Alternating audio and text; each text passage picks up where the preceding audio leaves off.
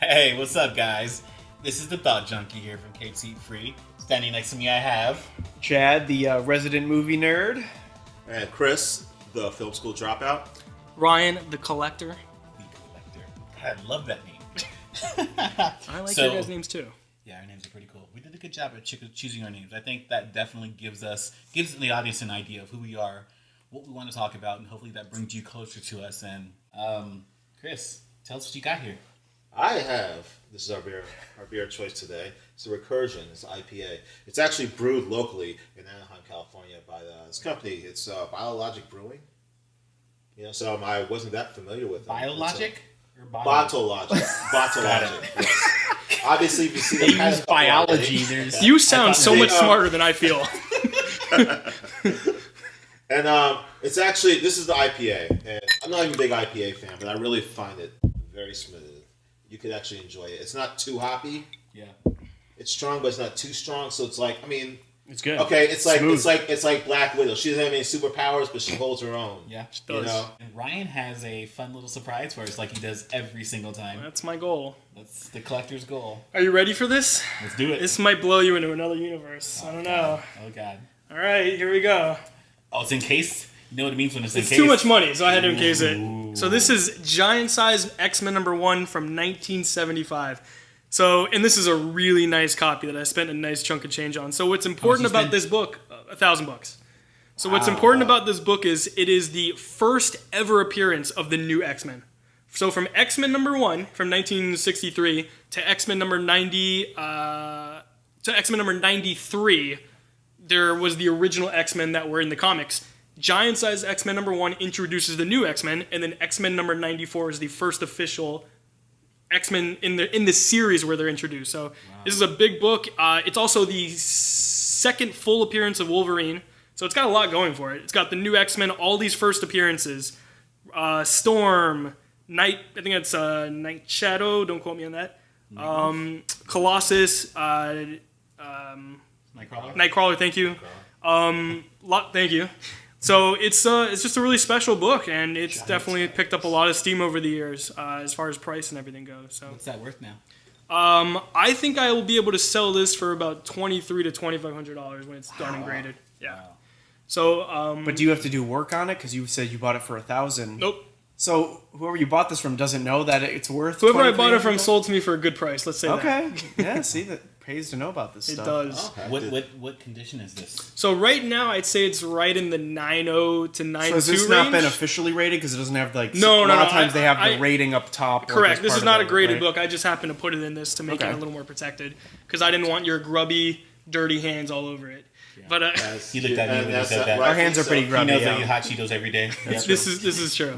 But yeah, no, I got it for a good price. I'm gonna get it what's called pressed and cleaned, which is a way to enhance a book without changing or altering the original version of it, so it's not restoration. CSCS doing it? It's probably Yeah. going to be CSCS, Yeah. Brent, and then yeah, Where do you sending go it for to get that? graded. You So. do that at a show, like at a convention, or is What? there a place you can go to get it graded and stuff like that? Well, no. To get it pressed and cleaned, my friend locally does that. Oh, okay. To get it graded, you have to send it to Florida, to CGC headquarters. Oh, it has to go. You have to like ship You have to ship it out. Yeah, you got to spend Ooh, money on gotta insurance. get some insurance. Yeah, I was gonna say. Yeah, on it's that. not cheap. Wow, But okay. yeah, so I didn't know there was one place that officially does that. yeah. Well, there's several grading companies, but CGC is the preeminent one, and then CDC. CGC. Oh, I No, not the control. Centers for Disease not that place, but This is serious, guys. Okay, well, okay. CGC. yes, they grade comic books also. Gotcha, It's a new thing. gotcha. Okay, yeah, There's also a company called CBCS. The original head grader of CGC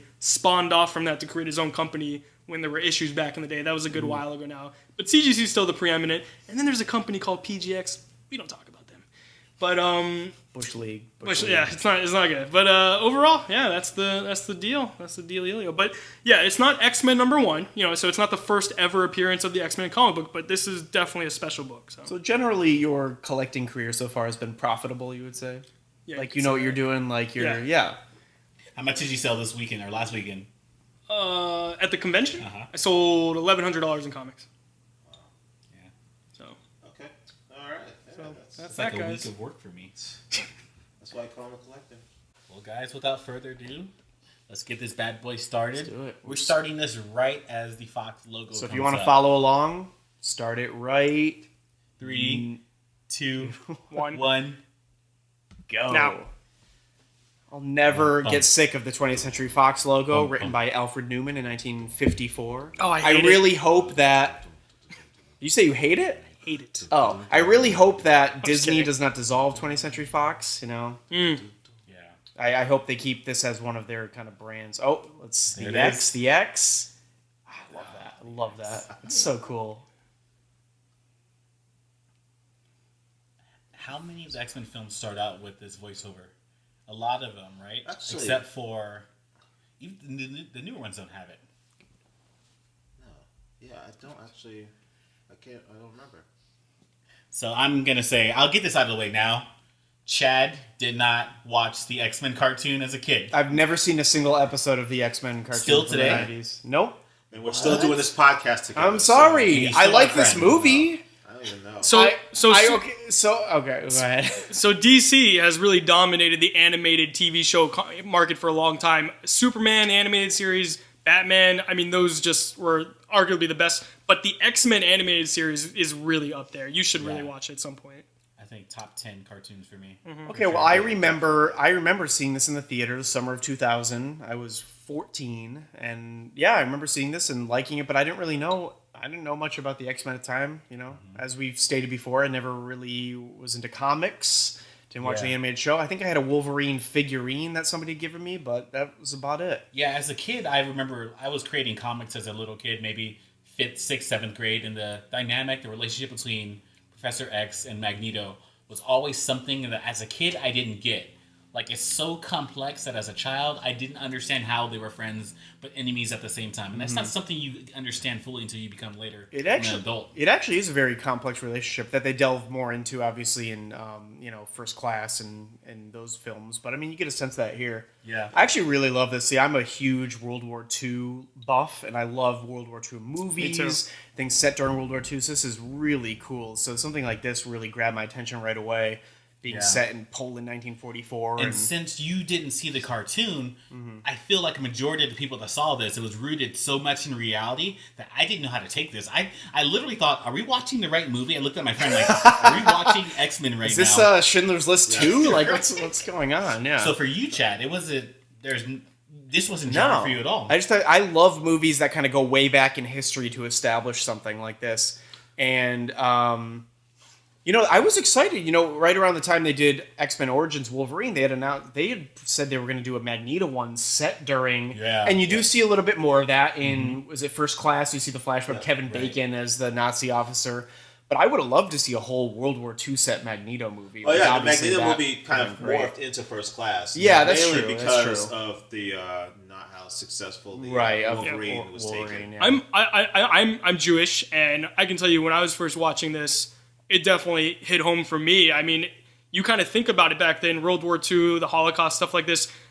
Like, how unique would it have been if someone did have a superpower and could try to do something to maybe save, a bunch of Yeah. Jewish people that were dying in it. Now this is almost this movie has themes of.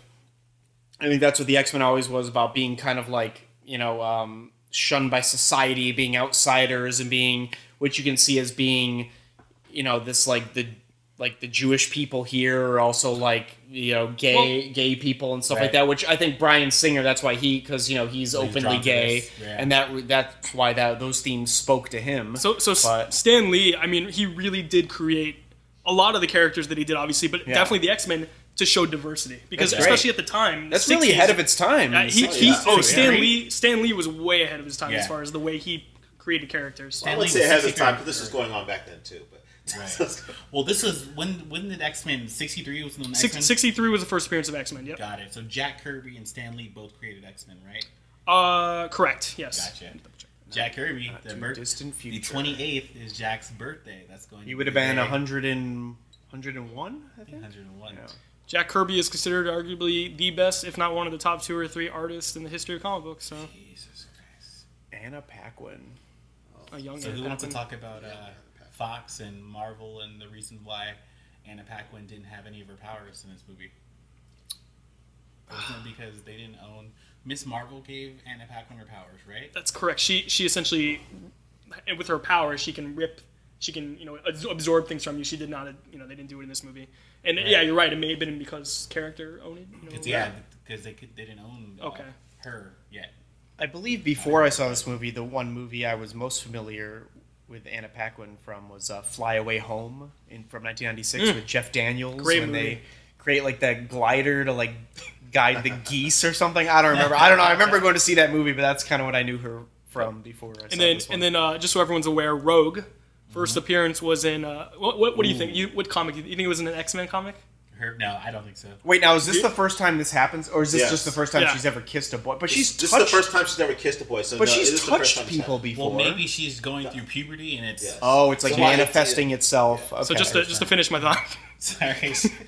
well, she's traumatized. She'll never, that's Kiss the boy again. So- Like, first and last kiss. So first appearance of Rogue was in When? a comic called Avengers Annual Number 10. It's the most random thing that. But should wait, appear, the Avengers and Marvel aren't the same universe. Not Marvel. The Avengers X-Men. and X-Men. but not yet. They are.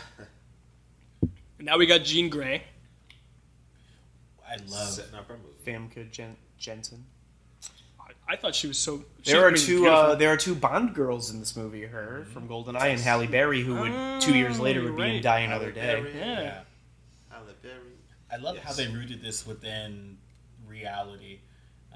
As the thought junkie, something that always gets me is when we're looking at the real world from a skewed perspective, and the real world from the perspective of there's mutants there. It's so great for me. And what I like about X-Men a lot is the fact that any group that feels they are minority or that they are underrepresented can cling on to X-Men. Like you were saying, Chad, the lesbian gay community can cling on to X-Men. Jewish people can cling on to X-Men. Black people cling on to X-Men. Just anyone. I feel like this movie, or just the actual X-Men in the comics, the story is kind of like how society treats people that are different. That's true. I mean, this is 100%. realistic, and this issues like this would get, if there were mutants, would get caught up in the government and in the Senate, and they just get tied up, and people be arguing from both sides. And I mean, that's happened with different types of communities already. Yeah. There's a group called the Mutant Liberation Front, as I believe, and they kind of, if you think about it, you can kind of almost maybe make parallels, because you got to think about when this was made in the early '60s to maybe the Black Panther Party a little bit, just the way that the group of people that are being persecuted create their own group to fight back, and it's a little militant. I mean, you can kind of get that element to it. Oh yeah, no, and that was the original idea when they even made the comics, but especially I think it portrays in this movie. Like in this scene where we have Senator Kelly talking to Congress, he is actually like putting the whole fear-mongering aspect of getting everyone behind you by making everyone scared of the group that you're persecuting, in this case the mutants. Right. But in our society, it's like when you find an enemy, you turn them into this monster. Yeah. It's like what you're saying when the Black Panther Party, the FBI deemed them as like the most dangerous group, and they had to be stopped when they were only pretty much became a product of the society, and they were actually all defensive. They were all just protection. They didn't attack people. Yep. Right. So now we have the two first appearances of Patrick Stewart and Ian McKellen. Great. So good together. And I guess Patrick Stewart wasn't familiar with the X-Men at all when he was first asked. He thought it was the X-Files. But then he had to, they gave him the comics, and he said They he had a shipped lot them of the fun creative with it, comics, right? Yeah, no, I think so, and he said he had fun. Ian McKellen apparently was worried about it conflicting with... He almost had to turn down Lord of the Rings. Yeah. But they ended up shifting shooting schedules, so he was able to finish this and then go to New Zealand, and shoot those 3 movies. It's crazy to think how long ago that was now. Wow, almost 20 years ago, yeah. It's crazy. It's 2000. As a kid, I was like, why are they so old? These aren't my superheroes. These are the guys I watched in the cartoon. Magneto's not muscular. I just love how great these two guys. They're really good friends in real life. Yeah. And they're just, and they're older. I mean, they're older here, but now they're in their probably late 70s, mid 70s. But they're like they still just love engaging with fans and just embracing those geek parts of culture that like Patrick Stewart obviously was Star Trek and this and doesn't it's like and Ian McKellen between the Lord of the Rings and this, like they love that stuff. Yeah. So we're coming up to the moment where Rogue is going to be introduced in the first time in the cinematic universe to Wolverine, and let me just say, I this was a special moment for me because he's just one of the most beloved characters from his time, from the early 70s. I mean, he means so much to the Bronze Age of comics, which is 1970 to early 1980s. Yes. And does anyone know the trivia behind Hugh Jackman and Bryan Singer? If, I don't remember, so if someone wants to cue in on that.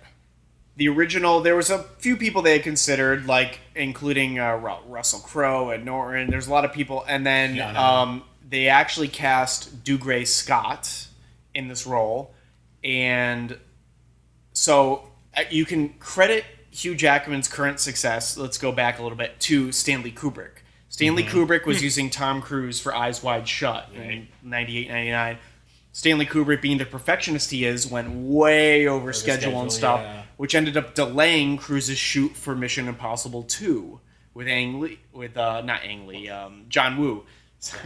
And then, so, because that got pushed back, Dougray Scott is the main villain in Mission Impossible 2. He had to, because that shoot got pushed back, he had to drop out of this movie.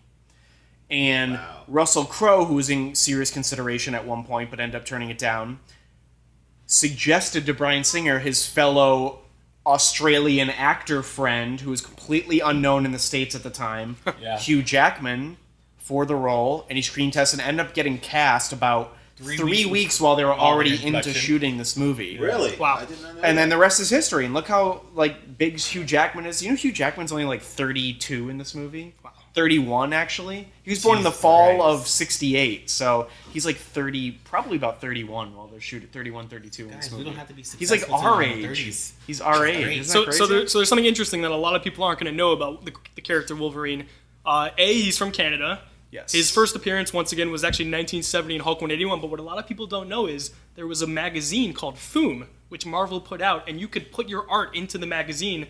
Foom issue number 10, a kid sends in a picture that looks very similar to Wolverine. Lo and behold, a short while after, suddenly there's Hulk 180, which is the first cameo, and then 181, the first full. So there's always been a bit of controversy over who actually came up with Wolverine. Some little kid who sent in an image of Wolverine in Foom issue number 10, or Marvel, or if they stole it. It's a very random animal to name a character. It is. Yeah, I mean, there's lots of animals with claws. But And- Did Hugh Jackman think that the movie was about wolves, so he started studying I do love the trivia that he would take really cold showers to get in that really just angry, uncomfortable mood. He looks I uncomfortable. can't believe he's our age in this movie. That's we've been noticing that a lot as we watch movies. Like Roger Batman Begins. Christian Bale was younger than us in Batman Begins. Right. He looks early 40s. It's A crazy. lot of these a lot of the adult characters, unless they start in as teenagers, most of them are Right, starting- I know, but it's you don't see these. You don't see a lot of people starting in 20. It's just crazy. These are movies we've been watching for 20 years. Yeah, it's Yeah. Can you imagine this? This is Hugh Jackman has a career single-handedly because of Russell Crowe. Because of an accident, you can thank Russell Crowe. You can thank Stanley Kubrick. It's just crazy. The fortune, the luck. Yeah. But he's so good in it, obviously, and then he did other things. Oh. Greatest scene ever. Now, is this before the blades got all weird and CGI'd for Yeah. all the sequels? They are CGI right now. But No, Didn't they- that's yeah. practical. Is that practical? I think it got no. They became really bad CGI in X-Men Origins. I believe. When the middle thing came out, that was Origins, yeah. right. I think that was a close-up practical shot. I think. What with the Ooh. Now Bryan Singer, who had only directed his only features before this were Usual Suspects and Apt Pupil, also with Ian McKellen, and so he got hired for this, and he had no idea how to do effects, visual effects, practical effects. So he actually visited the sets of 2 Fox movies that were in production before this. He visited the set of Titanic, Oh yeah. and he visited the set of what was the other one? He visited another set that had a lot of visual effects and things like that to try to learn and try to get a sense of how how that type of work would go, so that he would know what he was getting into. Because Bryan Singer was only he was only early to mid 30s when he directed this, so that was kind of new for him. I do want to point out too something that's very interesting, because did you guys like the character introductions for Suicide Squad? I tried to block that movie out of my head 'cause it was I would say not good. The first two, I liked Will Smith's. Mm-hmm. Yeah, his is pretty good. I didn't don't hate know. him. I feel like they had introductions for Magneto, or not Magneto. I'm sorry. Didn't they have an introduction, origin kind of intro for another few characters here? I think it was Cyclops that they wanted to include here, but I'm glad that they chose these two characters solely, because I feel like that first act in Suicide Squad takes so long to develop because they're taking so much time introducing every single one of these characters. Oh, fair point. Yeah. The other movie was Phantom Menace. Phantom He visited the set of Oh. Phantom Menace to try to get a sense of how visual effects and everything works. So obviously that movie had a lot of CGI. It's so crazy how these two automatically, their relationship has begun maybe 6 minutes ago. They haven't said one word to each other, but by the time they first meet here, you can already tell that they're friends. There's- You can already No, tell this is a they're- great pair up because Yeah. they're very kind of opposite, kind of like Yeah. the guy with like the teenage girl, and then he feels bad, and it's very This a is- great this is The first something- time you see he has heart. This is something I feel like Bryan Singer created intentionally for the movie. I don't recall Wolverine and Rogue having this dynamic in the Wasn't comics it- or the animated series. Wolverine and Jubilee. Yeah, They had Yes, yeah, that's exactly. what it was, Yeah, that's what I was thinking too. But I don't mind it. Right. It adds a nice element to Well, it. I'll say what you find on first class. Wolverine was not one of the original X-Men in the comics. When the comics Oh, he came out, wasn't. He wasn't. He came out. He became the most popular later on, but he wasn't. But obviously, this is the first X-Men. He's one of the most popular characters. So Why is Wolverine so popular? Because he's a badass. He does whatever he wants to do, man. He's got no moral code per se. He does a little bit, but he kind of does his own thing. I mean, he was more the free. anti-hero. I feel like my feeling little about bit. him being so popular is because he was this anti-hero where everyone's just like, we're doing good because we want to fight for mutant rights, or we want to save people, and his story was a lot more complex. I just was thinking how this is kind of similar to, we'll get to it eventually in one of these episodes, but Logan, when he's also teamed up with a young girl, yeah, there's that element. and more thinking about fatherly. Logan, I'm starting to get a little sad thinking about just the journey this is I'm the first sorry. journey, and then Logan was very yeah. emotional. Logan was Very very emotional. but I feel he's more of a father figure here to her than he was to X-23. his X-23, and that tells 100%. you that's a testament because of how brutal. Like that's how battered Wolverine is by the time we get to Logan. Everything that he's gone through in this universe. Gone through a lot. Yeah. How many cigars did Hugh Jackman have to smoke during the course of this movie? I hope they're fake, but It's probably they're usually still herbal. You're still maybe they're those chocolate Godiva cigars and they just put the When I smoke worked CGI in When front I of it. worked backstage in theater, I had an herbal cigarette that I would give to this guy on stage every day. I'd have to light it and smoke it and pass it off to him as he runs on. So Gotcha. they don't taste good. Isn't it amazing to think when this movie came out, Anna Paquin was more of a known actress than Hugh Jackman? It's crazy. I don't know. It's crazy. So we're about to be Crazy. introduced to the Ooh. character known as Sabretooth. Anyone want to guess was his first appearance in an X-Men comic? What do you think? Same one as Wolverine. Is that your guess? Yep. Well, they're Guess. brothers, right? Are they brothers in the comics? No, maybe no. In the movie they are. Did in he go Origins, through I the don't know if they're- windshield? Sorry, I just missed that. That's okay. Yes, he Oh, did. Wow. I don't know if they're She brothers. just made to a be comment honest. that he should be wearing a Maybe they seatbelt. are. Yeah, definitely got So it. that's driver's safety. Look at this. This thing's being preachy. But it was actually Iron Fist number 14 from 1977. Wow, dude. So Wow. no, I don't know if they were brothers. I can't remember in the comics, but keep that in mind. Wolverine 1970, Sabretooth 1977. So they didn't come out for 7 years until after. Now that's not established in this movie that they're brothers. You don't learn that till Origins, which is like Correct. 9 years after this, which is kind of crazy. Oh, which makes sense because he has amnesia and he wouldn't know who Sabretooth is at this point. Yeah. They use the amnesia. Well, obviously, let's not even get into how messed up the X-Men continuity timeline gets in the future installments. This but is very I think true. with the first 3 movies, it's pretty straightforward, right? With the first 3 movies, and then it really goes off the rails with like First Class and Days of Future Past and X-Men Origins, but There's different no actor here too. Not Liev Schreiber, but Tyler Mane? Oh, God. Yes, it's Tyler. Mane. WCW wrestler. Oh wow. Oh yeah. There's no doubt in the animated series, as I remember, there definitely is a huge verse dynamic between Wolverine and Sabretooth. Here's the fight scene. Our first fight scene besides the cage. The one where the guy never had a chance. Yeah. This is more even. I'm just thinking of like the Tommy Boy quote. So those brothers calls are got a practical still. hug. That's great. That was CG. Quality track, you know, Yeah, that was done. CG. Yeah.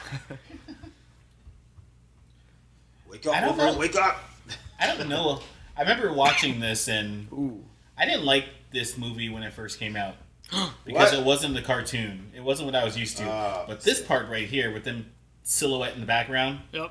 Oh, You got Storm and Ooh, Cyclops. this is the first. Cyclops Oh. Yeah, it's when What? the X-Men show up. Hey, it's Teddy from Westworld now. Yeah. I love the way they did the beams from Cyclops in this movie. Yeah. I thought it was badass when I first saw it. Didn't like Ray-Ban, weren't they like they manufactured? They were like a huge sponsor of this movie. yeah. I hope not. They gave him lifetime. Right, sunglasses. Yeah, You know James what's funny? Marsden. Every time I've seen James Marsden outside, he's had sunglasses on.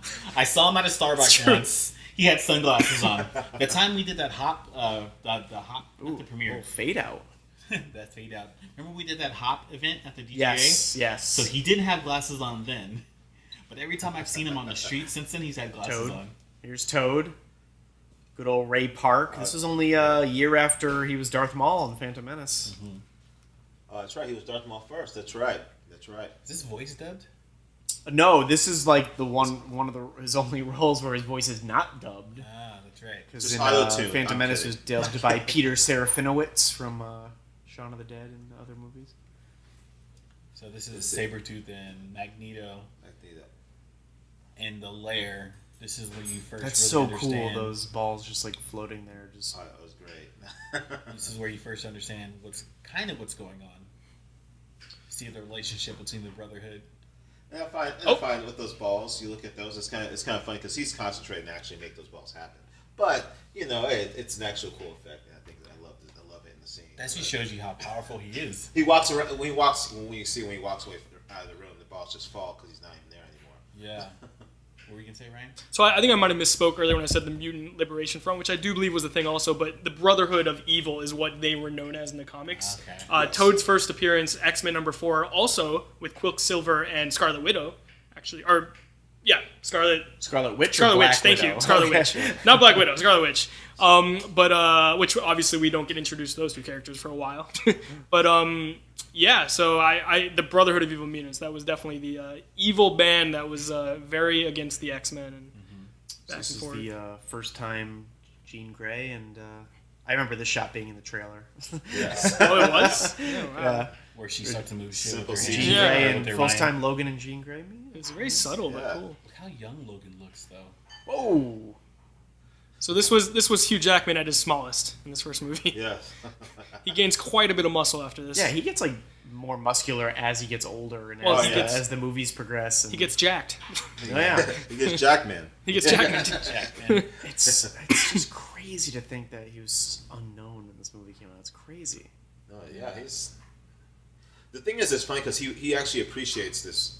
He Because, does. yes. He really seems like a nice guy. He really seems like, and he's got lots of different talents. He can dance and sing and do all that Broadway kind of stuff too. Like he's, yeah. And He's like made that. I don't know. he It's made like that a career. that's a whole different talent set. No, like in truth, it's like when you have people like Brandon Roth or somebody that just like what became known because of this one iconic superhero thing, they get stuck in this thing. I mean, he's definitely branched out into different. Yes. Yeah, it's great. he didn't come in like obviously Patrick Stewart's been doing this for a long time, so Yes, he's Professor X, but he's been doing this for a long time. He's Picard. That's got to be the It's biggest multiple thing talents, as like yeah. an actor. If you can get like more than one like iconic role, Yeah. and not remembered as one thing. Yeah, like he has Picard, he has Professor X. Ian McKellen has Magneto, has Gandalf. You know, like Yeah. See, my mom would call You that can do greedy. more. You know, you should really share. Like, there's other actors out there that want some roles too, but you know, hey, you gotta do you. I get it. Well, the cool thing about that is like, anytime you go to like a coffee shop here in Los Angeles and you hear actors talk, none of them. I don't ever really hear people say like, "I want to become the biggest star ever." they want a paycheck. They want a paycheck, the consistent paycheck. Yeah, doing consistent what they want to paycheck. do. Yeah, no, I know. I'll say the people I've met that said they wanted to be the biggest stars ever, they were the ones that didn't have the talent for it. Mm-hmm. It was more about, oh, I want to be famous, I want to be this big star, I want the notoriety for it. But Yeah. there's a lot of skill and talent that goes into this. Right. I mean, for the most part, I mean, there's those people that get cast for their look, and it's like, oh, you look great for this part, and they just throw them in. But So this is the one that actually kind of always annoyed me a little bit about this one, and then First Class as well when we get the introduction with the school and or maybe it was the sequel, maybe it was Days of Future Past, but I want to know like what every power is for every kid, and you you see some of them Yeah, you get a occasionally, little bit. but I want to know like what everyone has, and I just wish they would have done a little bit more. Well, they of keep that, it like is it Bobby? That's Bobby. That's Future Bobby. Past. That's Iceman. That's Right. Jubilee right there. But they're more of like background characters. no, This that's they don't. Kitty You don't Pryde. really see Jubilee and Iceman and some of these. I know. Don't become. No, that's the not Julie. No, No, that's, Kitty. That's Kitty. Yeah, Kitty Pryde. That's Kitty No, Pryde. the girl in the yellow jacket. Oh yes, that that was was Jubilee. Julie. Yes. But you don't. They don't. But again, like they're just background characters here. They don't become major characters. Of when course. you see their Yeah. powers mostly. But to the I just sequels. would have liked it hinted a little bit just for Right. fun, you know. But I totally get that. This totally reminded me now about Deadpool 2 when he opens the door and you see all of them just in the Yeah. room. I haven't seen it. You haven't seen it? Okay. Oh, you just gave Sorry, something away. spoiler Damn it. alert. Seen it. It's a little You joke. haven't seen Deadpool too? I have not. Do you want? Okay. I only see movies with the studio I'm working with. That's literally been my Okay, last okay. 2 months. Halle Berry, you stole my heart. Can we talk about Halle Berry and Halle Berry. T'Challa? I think that's a Okay, little too well, early to be talking hold about on, that. We're not at hold Black on. Panther yet. Has she talked? Has she spoken yet, Halle Berry? I don't think so. Now, she doesn't she have like the full? Is it Kenyan she's accent? Kenyan? Storm is Kenyan. Kenyan. Correct. Accent in this. That would make sense why she's married to T'Challa because Wakanda being in Africa and everything. But now I think she has the accent in this, which kind of goes away in the sequels. You could say the same thing about Scarlet Witch. Yeah. Became less and less You're right, Russian yeah. as the Marvel movies went on. She lost her. She Oh, lost her. my wait, Infinity wait. War. It's completely gone. My Infinity Wait, hold War, on. Did but- Halle have an accent in this? Did she Yeah. play? Yeah, apparently. Yeah, I don't remember Let's that. listen. Yeah, I Yeah, think. that's the thing. It's I- not as strong. And it disappears. It disappears. Yeah. Now, if just 15 years fit with the it's- continuity established, probably not. I think it was 17. I don't know. I think they're like 3 years off. But you know what's great about this? Like, Cyclops was a OG in the cartoon. You would know this, Chad, because you haven't seen the cartoon, weirdo. But not Chad. Cyclops was an OG, and the fact that Wolverine just grabs his shoulders like that, and Cyclops just does nothing, he just sits there and lets him do it, because he's like, with one flick of my finger, I can disintegrate you. Correct. Like, that's how I like badass the Cyclops conflict is. between Cyclops and Wolverine too, and obviously Jean Grey is kind of Apparently, Gambit's in there somewhere. For the older yeah. crowd, by the way, OG stands for Original Gangster. Yes. Oh, I see. No, the younger crowd. The younger Oh, the younger They crowd. know Really? what it Oh, stands for. wow. shit, man. Oh, Jean Grey and your leather. Yeah. Xavier was Cyclops the ultimate just showed us his professor. powers. So, Is Chad, that when you oh. saw this, what were you thinking at this moment when we were finally seeing this little montage of everyone's powers? No, I mean I thought it was cool. I don't See- remember. see Oh, that Kitty was Pryde? Jubilee. I wasn't Yeah, confused. No, no, the Kitty Pryde sitting next to her is. I did, yeah. actually, Yeah. I can't, But not Ellen Page yet, right? what's her Right. name? The actress. The second kitty? I can't remember. Now Bobby is a much bigger character in the next movie, right? Right. Bobby becomes huge in X2. Bobby She's from the actually Animorphs. Ant-Man. She's Bobby. actually Remember the Ant-Man. Animorphs? I never That watched. I Nickelodeon? never watched Animorphs either. But I do remember that show, and I never watched it. Bobby. Does Anna Paquin always have a Southern accent in everything she does? Is she actually from the South? Judy I'm not- Greer. I don't think so. Judy Greer. Wait, Judy Greer's in this? Yes, she's right there. Wait, she's what? Right next to Jubilee. She's Kitty Pryde, right That's there. Kitty? That's Judy Greer? That's a young Judy Greer. Guys, Wait, I think we just what? learned something amazing. Wait, I didn't know that. That's it. Judy Greer's Right there. Wait, No. She's out of focus all the are we time. gonna see her again? No, we're No. not. Okay, Judy You might Greer's see her in the background. Judy Greer's in like everything. Well, Like, yeah. well, she What? not as much lately, but a little she's bit. in all the Jurassic Judy Park. Greer's in She's Ant-Man. in Ant-Man, Jurassic one of my Park. top She's 10 in the records. MCU and the JPU. I just feel like she had a she's lot in more The roles in the Village. early 2000s, Oh my but Yeah. Well, she's I like playing Judy Greer. Kitty Pryde. that is She's, crazy. Judy Greer is She's probably the one about who ran through the wall. 25 in Just this. a Yeah. second ago, Wow. That was her. I did not know that. She does not look 25. I didn't All right, know that we until I will watched not it right rewind, now. so we don't throw off all our listeners here. But we You're not will go rewinding. back and look at this later because I did not know that. Dang, that's crazy. Right now the we're movie geek has been stumped. right now we're in the underground facility where we have just seen the X Jet or whatever. I can't remember what it's called for sure. Now this is the what? Now you don't see the danger room in this movie, right? That's like the training room. You don't. You're right. You see Cerebro, but the danger room doesn't come in until one Yeah. of the. Isn't it number 2? It's Well, either No, two no, no, or three. number 3. It might be Well, three. number three is three. when we see Sentinels of Danger. Yeah. No, you're But right. Wait, where are they? Are they in Sentinel's head. stables? The They've- Sentinel's head. I'm pretty sure number 2 ends where they are in the danger room, Yeah. and I swear it does. You definitely see it in First Class. End of 2 is Phoenix. Oh, you're right. In the You're right. In water. the water. You're right. Yeah. Yep. Guys, this So is it's not number my 3. job, okay? I'm not the nerd guy. I'm not the collector. You're doing great. You're I'm doing the thought great. junkie. Keep it up. Keep up the Now good we're work. to the real world stuff. You see protest signs. That's You gonna saw look a guy. familiar. You saw a mutant Yeah. hanging right there. the Man, politics yes. stuff. This is too real. This is This too is real. what I love. This It's is too real. This is what I think Bryan Singer did a great job as. It's like bringing this at the time, bringing this into the real world, bringing these superhero movies into the real world, Yeah. and how it relates to us. I think it actually helped create they're this whole thing where mass audiences could Yeah. relate. Yeah, and they're talking. Look, they're talking about relating mutant registration to gun registration. Like this Yeah. is almost This is almost good 20 stuff. years ago. It's like this is, Was- this is so still relevant today. Yes. Was Singer openly gay at this point? That's a great question. Yeah. I don't know when he openly. Who?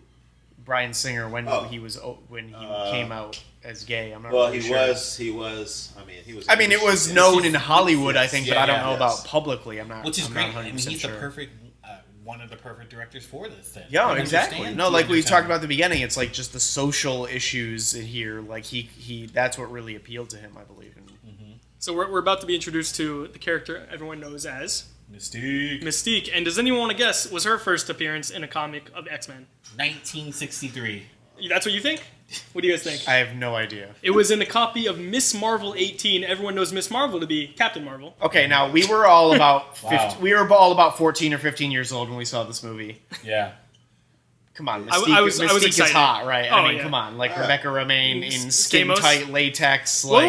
hold on. Rebecca remained Stamos at the time. We got to Was stay she with Stamos at the She was time? still Okay, Stamos. sorry, I can't keep track. She went there and then she went back. And you know why she was Oh, I mean- Stamos? That's why. I know, but I mean, like, come on, we Yeah, were all this- excited about Okay, this. okay. I got to ask, who did it better, Rebecca Romaine Stamos or Jennifer Lawrence? I mean, I do like Jennifer Lawrence in the skin tight latex as well. Let's, I'm just I will say this. saying. But I would who say wore it Rebecca better? Romaine did. I mean, she looks. I think Rebecca Romaine looks great. I might have to. But obviously, I think the acting and the actual talent. Yes, goes Jennifer to her. Lawrence is a better Okay. actress, but Rebecca Romaine might pull off the outfit. But hold on. I don't know. Hold on.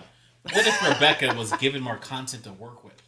You know what I mean? I don't know. I think they didn't give her as much content to work with because she might not be known. Do you know this is the only movie where Mystique doesn't appear I'm still a fan of in a her. disguise as like the actress who's playing her? Every other Yeah. movie, it's either Romaine appears as herself with Mystique in disguise or Oh. Jennifer Lawrence. So Yeah. that doesn't happen. in Actually, this. it doesn't happen. It happens in 2. I would say, yeah. It does, in this one, you don't see Rebecca Romaine like as herself, like as a Mystique. You don't? disguise. Wow. No, you don't. You Yeah. don't see it until X2. Yeah, it's So true. I'll bring that up there. God, But, I got to feel bad for her having to be in that I still makeup do all it. the time. Yes, I do enjoy Mystique scenes.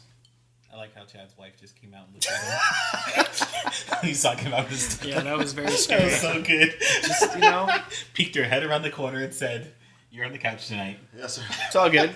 Her suit was mostly paint and flakes. So this was a cool scene, seeing all the adamantium inside Wolverine's body. And let me just say, adamantium, the strongest metal in the universe, there's been a lot of debate in the comic book world for a long time about whether adamantium or vibranium is stronger, and it's a tough debate. Well, I think it's hard I've to say heard which. that vibranium is stronger in is the strongest in the comics. I heard that's what it winds up being. Like, vibranium's the strongest, and I think it's mainly because how vibranium like works with energy and like bounces it back, whereas adamantium's just like strong. Wouldn't that have been better for Marvel continuity if I don't know what came first, but if like they made Wolverine made of vibranium as well, you know? Black so Panther is what, 68? From Wakanda. No.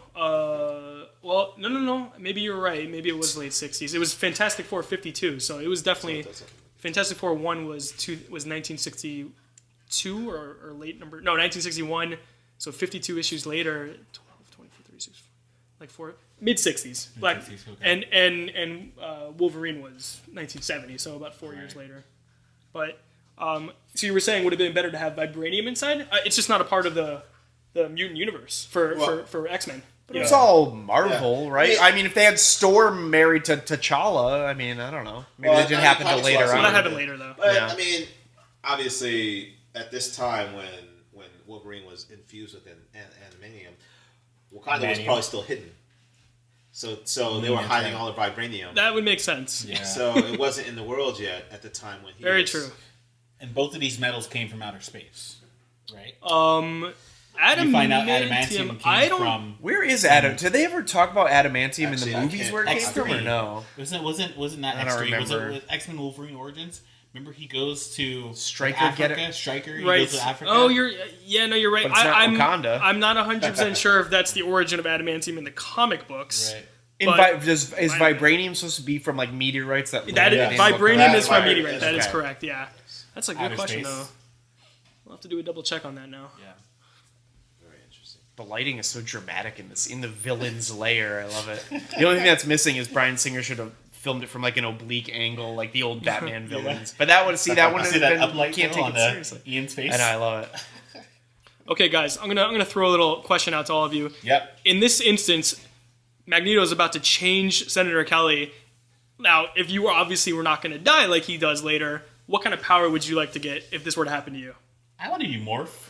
You want to be Morph? Yeah. Okay. But all right. can Morph use other people's power? He can use other people's powers, right? He can, but I don't know if he's as strong as they are when he uses them. But he can though. Yeah. Go ahead. But wait. Before you go any further, I just want to say Morph was in episode 1 of the X-Men cartoon channel. This is true. I've never No. seen it. So Wouldn't know that's the first that time I felt information. emotions when something happened to Morph. I won't ruin it for you. Don't ruin it for him. Chad, Chris, what are your feelings? I mean, living in Los Angeles, either flight, so I could fly above traffic, or time manipulation would be interesting too. Time manipulation? I don't know. Wow. Let's see. I guess I would go with Mystique's powers. Really? Okay, so transformation of some element. You want boobs? You want boobs? Yeah, you might need them. I don't want. You want a boobs, rockin' but, body? Some of those times I We'll look want at some. them if you have them. I'm just saying. Better to have and not need than need and not have. I think is there something like that. That's Or? true. That is true. And then for me, I'm pretty boring. I'd probably do super strength because I'm gonna go out of the Marvel universe a little bit here. My favorite character of all time is Superman. So super strength, it's my thing. That's what I would do. Superman, first Superman? What? The most least complex character. The ever, most Superman? least complex Wait, character. you're saying you like the original Donner movie? Yeah. Yeah. Well, Donner. we'll get to that on a future Well, we episode. That's will. a good one. That's a great one. Yeah, we're doing one. All right. Speaking of that movie, you just reminded me. John Williams, of course, did a very iconic theme for that '78 Superman movie. Apparently, Bryan Singer approached John Williams to do the score for this. Yeah. Which would have been amazing, but and this movie was actually produced by the Donners, Richard Donner, who directed the original Superman, Lauren Schuler Donner, who continues to produce all the X-Men movies. I actually interned at that company when I first got to LA at the Donners company. They were shooting X-Men Origins at the time. But John Williams had to turn it down because of scheduling conflicts, I believe with Saving Private Ryan. So he was not able to do it. So Michael Kamen came in, who had done a lot of action scores like the Die Hard movies and some other things like that. And he actually died about 3 years after this, but he did a good job with this movie. Oh yeah, I think I need more beer too. Yep, filled the silence with a can opening. This time is when Wolverine makes his first move on Jean Grey, and he's not very successful. Scott's a little cocky. Scott Summers is a little cocky right now. I think Stay away from my girl, he says. Okay, James is probably my most favorite actor that I've ever met and had a conversation with. And also, where'd you meet him? Chad, we worked that same event together. I didn't know you talked to him. Okay, I didn't talk to him. I didn't know you talked to him. Never mind. This is the memory loss that we experience every time. All right. I walked him out of the building. And It's good to. It's always good to hear when people are nice. You know? He's so like. And then I forgot what I was gonna say. Oh. I like him as an actor as well, but I didn't necessarily agree with him as Cyclops, and just because he just seems so small, and I know that he's on. He's on Apple boxes and whatnot. No, he wears like platform shoes in this, I think, to match Yeah. to be closer to This Hugh Jackman. this scene was intense. Yes. He puts those claws inside of her. Thank God she has the power she does. Because Now you're getting a little flashback to the Striker. Yeah. Now, was Stryker mentioned in this movie at all? Well, do you guys know? Or I don't kind know. of. Not really. Was it? You don't get Jean into Grey, that. not later. actually by name, but Jean Grey just unlocked it, kind of. She played with his head a little bit. Now he's having more of these nightmares, which he feels all the time. yeah. Sorry, Chris. You talked right as she got stabbed. And yes, this claw's right through Rogue right good. now. Yeah, no one's coming back from that. Just Yonder don't go Zone. waking up Logan from nightmares. My God, that's the lesson here. Touch it. You wake up Logan, you get stabbed. And she doesn't realize. And this is the first time too, where as a story we're back on these two characters. We're looking at it's probably been about 25 minutes since these two have interacted with each other on such an intimate, not intimate relationship wise as lovers, but intimate as in close. Like this is the first time they've reacted with each other. I think these are the best scenes in the movie, though. Like they're one-on-one scenes. Yeah. Really good stuff. Has Halle Berry spoken in this movie? We need to. Yes. I'm trying to hear her Kenyan accent. I don't think she's She's barely actually said spoken anything. yet. She hasn't yeah. spoken much yet. Oh, maybe here. Nope. She still doesn't say anything. Never mind. I gotta say now looking back, I'm a little disappointed the way they approached the Rogue character. I like the Rogue in the animated series and the comics where she has But the more They powers. had Well, no choice. Though, I know, right? but it makes her like a little boring or But this is dynamic. the origin. This is the origin. She didn't get those powers until she sucked them out of Miss Marvel. But this was her original powers. What'd you do to Miss Marvel? Sucked them out of Wait, Miss is Miss Marvel different from Captain Marvel? It's the same. Oh, okay. But, Yeah, it's her. Oh, yeah. She's first. But yeah, but the thing is, at the very beginning, her powers were just the absorption of other I people's know. powers. It's just that it hasn't happened yet. Did Miss Marvel So- get promoted to Captain? I don't know. So both of these characters, Wolverine and Rogue, both have dual sets of powers. Not necessarily powers, but Rogue, the touch, Right. then the powers that she gets later on. Restored. Wolverine, the adamantium. That's how you say it, Chris. Yeah. Adamantium. Adamantium. And then the healing powers was just his real powers. You know That's what I his mean? real. So, Yeah. Both of Whoa, them have what? dual powers. Whoa! It's kinda cool. What? Did he? What did he become, like Rubber Man or something? I haven't watched this movie in a long time. Slender Man. His cellular structure's No, gonna break he's down. like freaking the Robert Patrick in Terminator 2 right now. He's going through the bars. Yeah. Robert Patrick, Terminator 2, greatest villain That's ever. CG. Top Oh, three yeah. at least. Oh yeah. Oh, this is so good. This is Magneto cool. I always walking like across. this. Yeah. No, this looks creating the cool, but bridge. why didn't they just build the bridge before he even got there? Why is it only one step ahead of him? Yeah. Why is Magneto always manipulating a bridge in the movie? Because it looks freaking cool. I mean if all Saber 2 right? bumped into him, he would fall out. Because he only has one step. That's it. I guess Bryan Singer didn't go for the most practical thing. I didn't kill my wife. I don't care. It almost looks like a scene from The Fugitive. Where they're- It does. Ian McKellen's kind of got that like wrinkled, like Tommy Lee Jones type face. Yeah, he does. And I Sabretooth love comes her off so scene, incompetent in this movie. He tries to save him, but Oh, he is played by a WWE wrestler. he's just so Exactly. slippery. Excuse me, Oh, WCW. wow. Well, I guess it's WWE. It's God, just- I would hate to be him there having to tell Magneto he just dropped him. well, he did. Imagine, he's like- gonna learn. He's gonna learn the hard way. I know. Imagine like Magneto telling you to turn your card to red. Like, remember when you're in elementary school, you had to turn your cards? Any of you guys have that? What? No. Magneto's No, I don't know what pissed. you're talking Never mind. about. I don't know what you're talking about. This is a great scene. He's like, "What? Really?" It's like You know, I think Ian McKellen's probably really. Ian McKellen is openly gay. I don't know if he was at the time. Again, I'm not sure the Absolutely. timing, but I thought he was. That's why he took You know, the that's role. why he. He's an activist. Yeah, this was probably important to him too. Okay, so this apparently of Senator Kelly washing up on the beach was shot in Santa Monica. Mm-hmm. Let's see if we can recognize. Only a where. few months before the actual movie came out. That's not Santa Monica. That's like Malibu, maybe. Is that not Yeah, it Point looks more Doom? like Malibu. Yeah, I was gonna say that Yeah, looks like looks more Malibu. like That looks like Malibu. Oh, when he walks. So this obviously. When did he lose all his hair? How did that happen? so Well, it's that's- because Oh, never mind. yeah.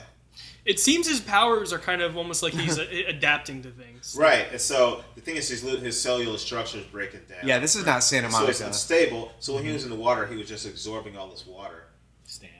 Yeah. Oh, there he is. And Stan Is that his Stan whole? Lee He doesn't actually appearance. say anything. There's not even a close up of him. He's just there. This is when they're like, we're just putting him in the movie. This is Before probably they the gave him most- a really good scene. Disappointing Stan cameo I've ever seen.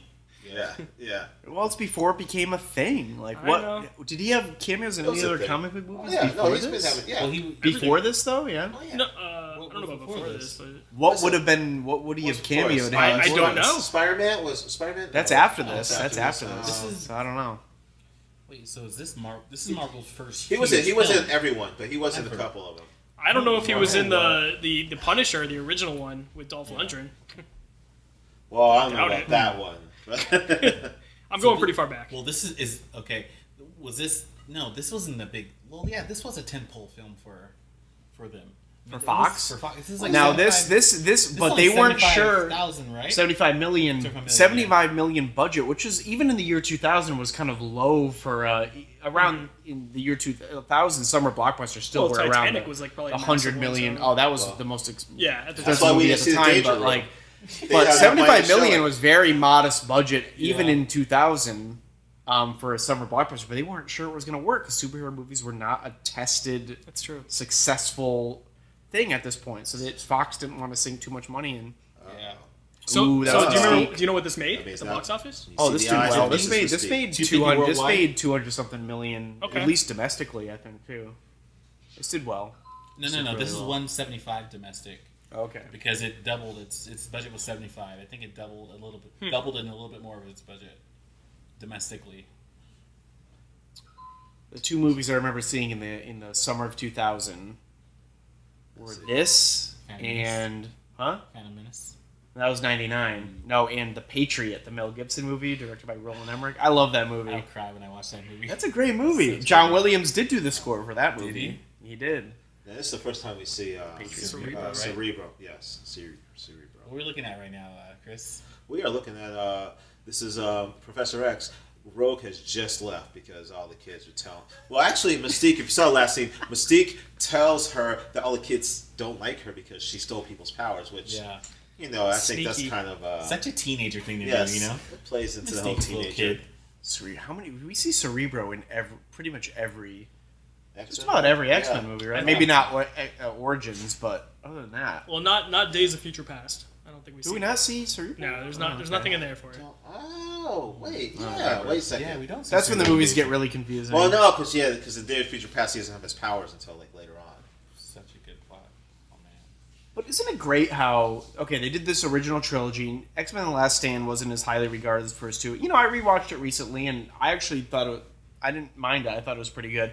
And then you had X-Men Origins, which kind of brought the franchise to a low. But then they were able to I think they were able to recapture that going into First Class and Days of Future Past. Apocalypse maybe wasn't as good as the other ones, but I love that one, actually. no, I didn't mind. No, I didn't mind it. Like I said, I love when they go really early into history. So like the ancient Egypt stuff was really cool. But yeah, no, this franchise has really kept it going for almost 20 years, which is Yeah. crazy. And obviously Logan and all that too. But Okay, thought junkie question time.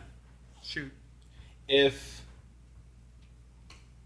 If Magneto hadn't have created the Brotherhood, do you think there would be such a disliking towards mutants Disliking towards mutants from who?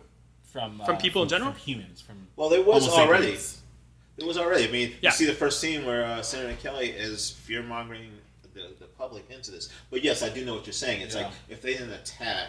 Well, the Brotherhood of Mutants did not create that. The humans created that fear within themselves. Right. They spawned off from that fear. Yes. So they Wait, were so a product of it. Where did the fear of mutants originate? I think from just them coming more publicly out Yeah. and seeing what they were like and being afraid of them and knowing that you can't control Right. that. Yes, and not knowing what powers people have and what they could do. So this is kind of like this is kind of like the beginnings of trying to do a mutant registry. Does Logan have like night vision too? Because he's going really fast on a curvy road without a headlight on his motorcycle. And I don't his know. facial expression is like priceless. Well, Yeah, and that's actually Cyclops' motorcycle. So Right, but I mean, like, so still. So he was extra excited to steal Cyclops that. have night vision because Ooh, now this scene. This was apparently one of the first scenes that he shot as Wolverine, and so he hadn't.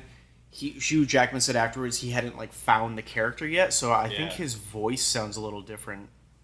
But Interesting. but such a great see scene what for his it to voice happen sounds like. because Oh, Yeah, you're see, right. his voice isn't as deep. He hadn't found. This was one of the first scenes he shot. He hadn't found the character yet. Yeah, see, his Wow. voice actually sounds Yeah. different in this, right? He's not doing that gruff. Yeah, it is interesting. Wolverine sounds like a wuss. Yeah. In this scene. yeah, he does. Yeah, But it's great that it Come on, happened- Wolverine. But it's great that it happened here, right? It's such a pivotal scene. This is the midpoint, This is almost. You know, that's actually fascinating to think about. I'm not an Yeah, actor it's by any means, deep. but like when you get into the headspace of a character, like, and you shoot a movie all out of sequence, how do you keep track of where and like obviously really complex performances and stuff too, you might need to think of like Heath Ledger as the Joker, so you need to like find that and channel that. Obviously the first few scenes you find, you're still going to be like getting the hang of it. Yeah. But like when you watch a final movie, you really can't tell most times, but just because I kind of read about that scene, you watch it now, and you're like, oh yeah, his voice is a little different in Yeah, that it's because true. he hadn't. Yeah. It took him a little while to really get into the mindset. And look at this music. This doesn't feel like a super. Like I don't think of like cotton candy themed No. music that you'd see in Batman. You really feel like this is a film. It went that more you're looking at serious, here, yeah. So you really, ultimately, I guess you really do have to give it to Bryan Singer for really changing and altering the path of superhero movies to come. You know, Because yeah, you're right. it's true. Yeah. Is there really a distinct theme in the score for this movie though? Like that gets carried through? Like I don't know. Is You there can kind of hear sort the of? cartoon It's not version. You can kind of hear it, and like that like that. You can a little hear bit. that. It's not as recognizable as like the Avengers theme and stuff like that. I feel like there's nothing Okay, that Avengers really has carries one. through. Marvel has one noticeable theme. That's true. That's true. That's true. That's true. Yeah, Marvel hasn't been great on that front. Although no, Captain America has a pretty recognizable theme whenever that one comes in. Oh yeah, that's kind of cool. Well, it's. I mean, I didn't necessarily think about. I thought about the film X-Men and how it paved the way for this new resurgence of superhero films, but yeah, I've never really given Bryan Singer any credit to it. But I mean, without this there'd be no Dark Knight. No, this was the same year as Unbreakable, which established things in a whole different way for superheroes, which we'll talk about when we And definitely record that one because that's one of my all-time Can't wait. favorite superhero I can movies. Martin do- and I, that's one of our I can do the all-time favorite Unbreakable movies. commentary right now in my head as Oh we're doing yeah, this one. absolutely, absolutely. We could talk about that for like 6 hours, Yeah. probably. You know. Well, I was gonna say a second ago that it's interesting when it comes to like, there's so many people they like to be put in the boxes, you know, PlayStation, Xbox, DC, Marvel, but this shows that Star Wars and Star Trek. right. Well, there's no comparison there. Yeah. Star Trek wins. No. But like, just think about this: how DC and Marvel have worked together, a good like moment. in these 10 years, to create, to re-identify what the superhero genre was, to create what it is today. Like, if it wasn't for X-Men, if it wasn't for The Dark Knight, By the way, she has no speaking. accent, just to be No, clear. there was a little accent there. I did There not pick was. up on anything. No, there was an accent there. I disagree. All right, next time she I'll say speaks, barely we gotta listen next time she speaks. Yeah. She definitely does the Kenyan accent. okay, in think this. about when I she didn't talks hear to it. Toad. Ooh. I love how Cyclops thinks he puts on the hat. Ooh, He's in that's disguise. I love that shot with Yes. Toad just like going up in That's the like a little horror background. movie shot. And that's practical too. You know that was like him on like Was it? a wire Did rig. not Oh know yeah. that, no. Oh. Yeah, close those eyes, Scott. It's dangerous. Oh Yeah, man, you finally get to see Storm's powers. you don't want to mess with Storm. Yeah, like she is ridilolically powerful. Now, how did with they her get his hair to stand up? Do you manipulation think of they the rubbed weather. like balloons and like stuck him above his They head? had him wired to voltage. Ooh. Yeah, that's awesome. Lightning striking Sabretooth. That pan up shot as he goes backwards. I remember that in the trailer, as he's flying backwards. It looks so cool. I hadn't seen anything like that in any type of trailer before. So this movie was all shot in Toronto, actually. So these are all Really? Toronto locations, yeah. So It's the isn't first time. Ian's reaction here to Wolverine, that's genuine, because Hugh Jackman didn't know that. He thought just the door was going to be open. He didn't understand like the whole thing was going to Really? be ripped. This is like the freaking plane crash from Lost or something. It's Yeah. like it's all getting like ripped apart in front of him. Oh. Like, Poor Wolverine never had a chance it. here. Yes, Wolverine thinks he's after Magneto's after him. This is when he realizes, oh, I want Rogue's powers. So another thing of debate with Magneto in comic book is can he control vibranium? Can he lift Thor's hammer? Which is That's partially made interesting. So- That's an so- have they interesting never question. addressed I don't that? know. Well, in the comics? there's a comic. So Thor's first appearance was Journey into Mystery '83. In the early 100s or late '90 issues, Magneto does appear in a comic against Thor. I've never read it, but I'm curious what happens in it. I think it has been addressed, but right. I think he can manipulate it. check It's up on interesting.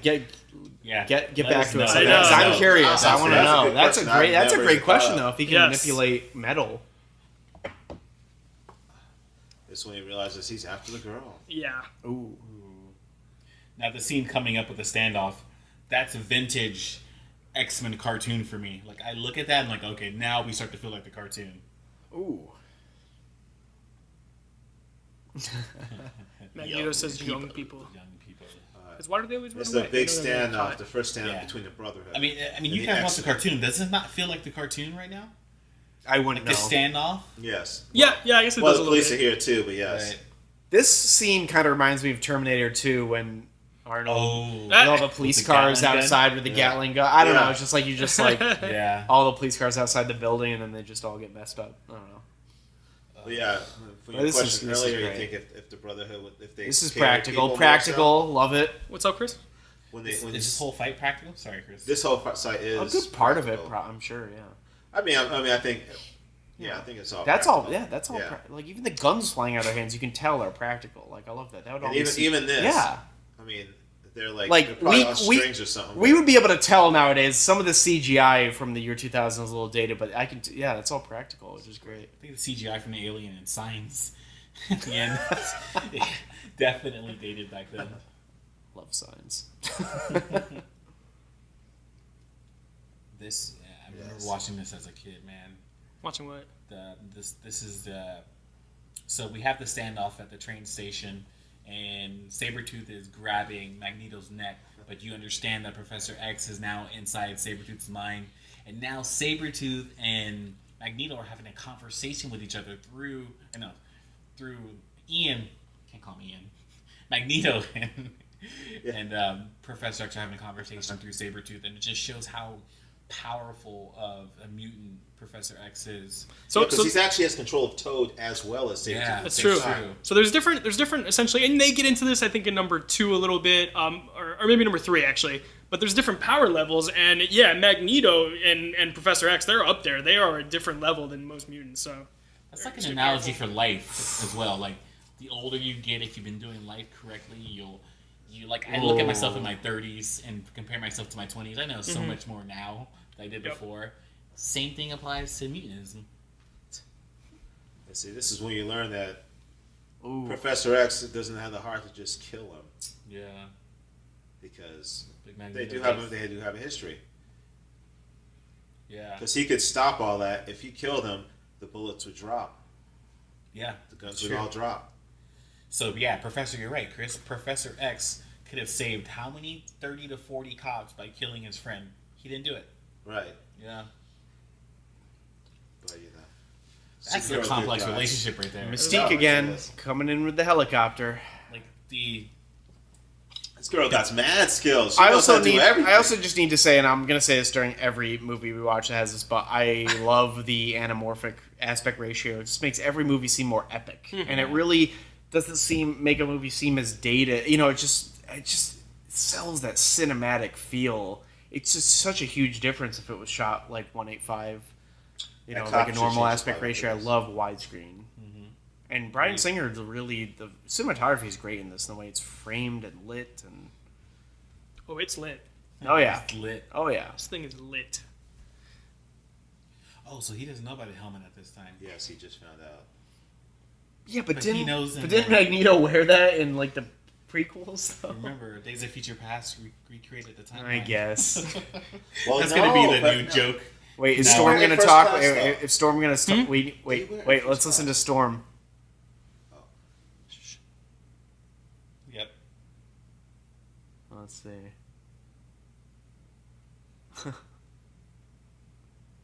Yeah. Does she have the accent? There. We'll listen for the accent right now. Wolverine's talking to her. It was there, guys. She's not talking. No, it's of course, there. she's not talking anymore.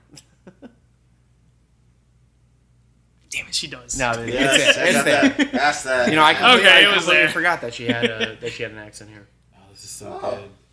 So this is interesting. This is Senator Kelly, the biggest proponent of the mutant legislation, making it come out in public, and he's now coming to the X-Men for help. So Yeah. that was a big moment in this movie.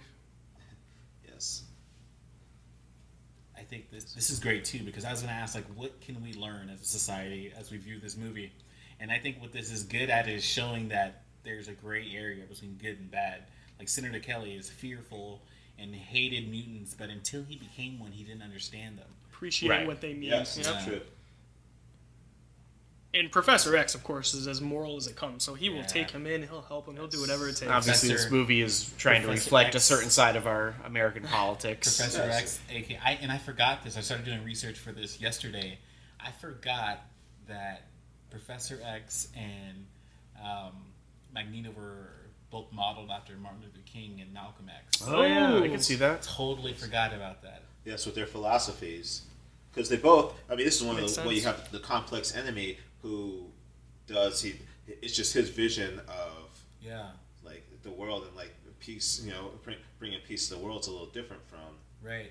So I mean, And you the can't X. trust. So based on what we were talking about earlier, like the X-Men are an allegory for, you could say, not just rights homosexuality and religion, Yeah. but also race as well. Oh yeah, for sure. Oh, It's crazy. oh, It's like definitely. it's really an allegory for all of those things, which in the diversity in '60s when a lot of that was really coming out and becoming very prominent, and obviously still carrying through today, it's makes it very, very timeless. Yeah, agreed.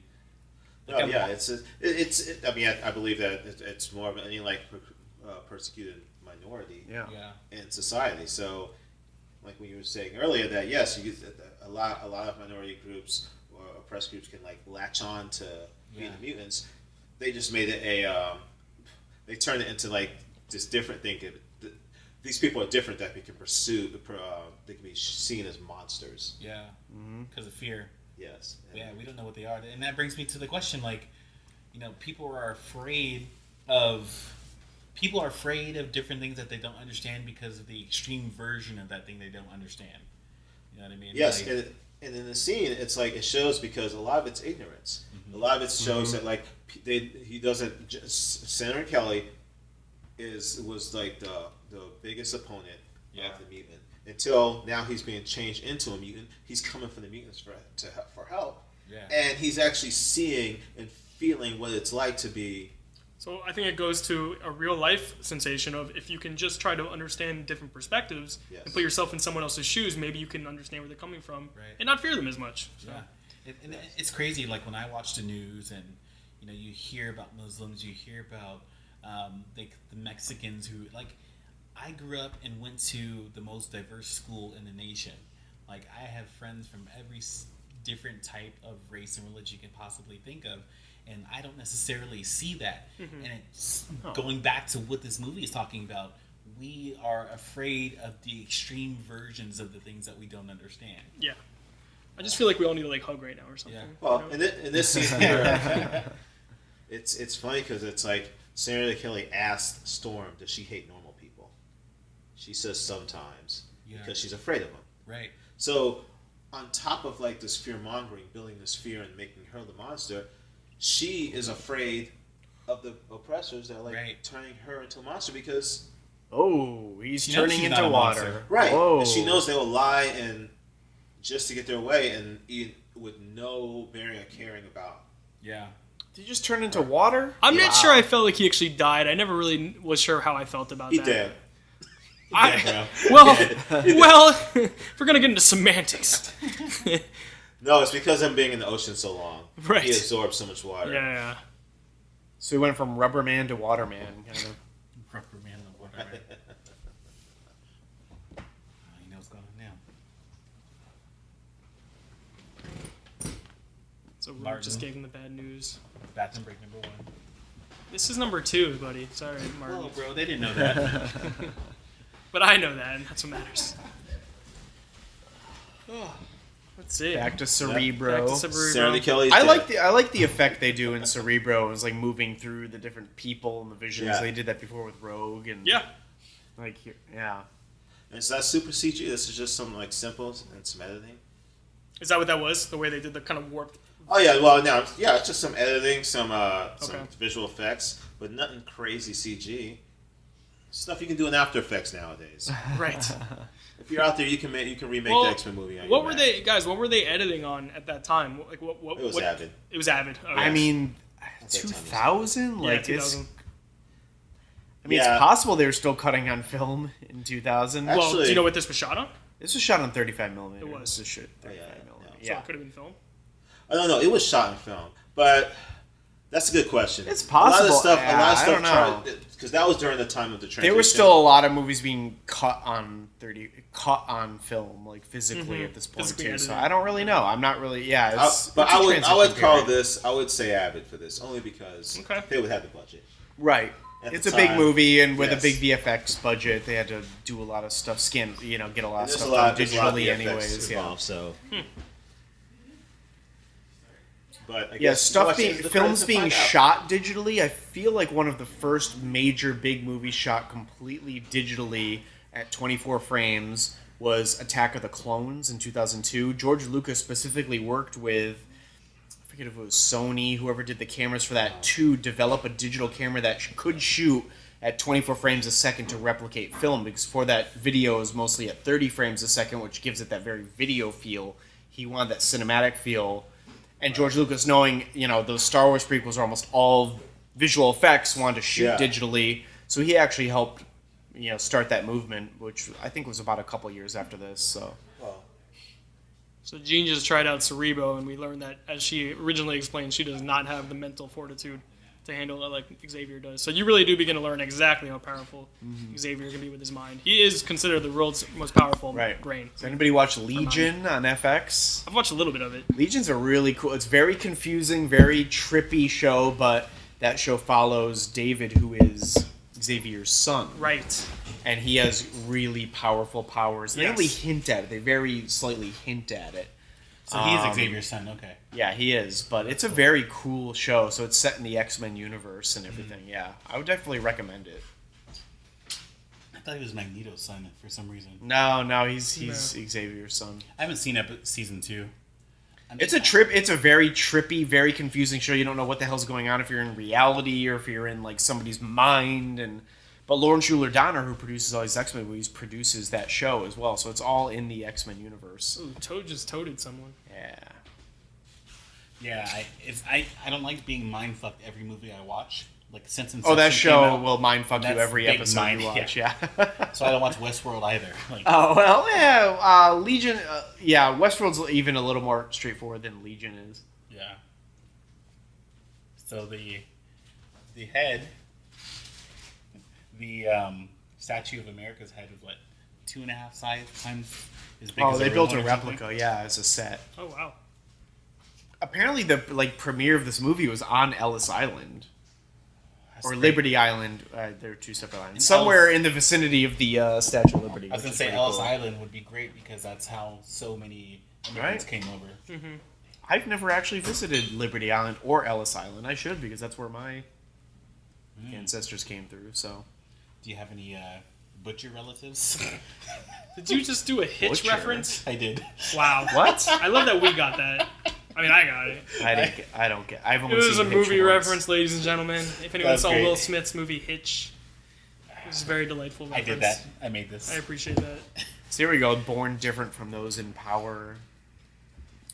And it makes you think and if you go on YouTube and you search, is Magneto wrong? You see a lot of videos that are, pro Magneto, and he he makes sense. That's what a good No, villain he's one of does. those villains where you sort of see his point, but it's like the way he goes about it isn't right. Right. Well, I'd say less with him. I think they actually did a better job of really giving off a point that made sense for him for Black Panther. Who does Michael B. Jordan play again? What's that character? Killmonger. See, him that makes more sense to me. For Magneto, I think he's really he's too far out gone and thinks there's too much evil and Xavier is correct. We can change society if we give him a chance. Twin Towers still in the model of New York City. Wow. The year That's before interesting. 9/11. crazy. Yeah. I was realize thinking here, that. like, this, when I watch a movie about something like mutants, that gives me a better idea of what my relatives potentially had gone through in the 50s and the 60s. Like, yes, there's images on television and you see, like, a black person getting sprayed by a hose. Mm-hmm. But, like, X-Men really kind of does that for me. And so I'm interested, Ryan, in hearing, like, how do you feel watching this as a Jewish person?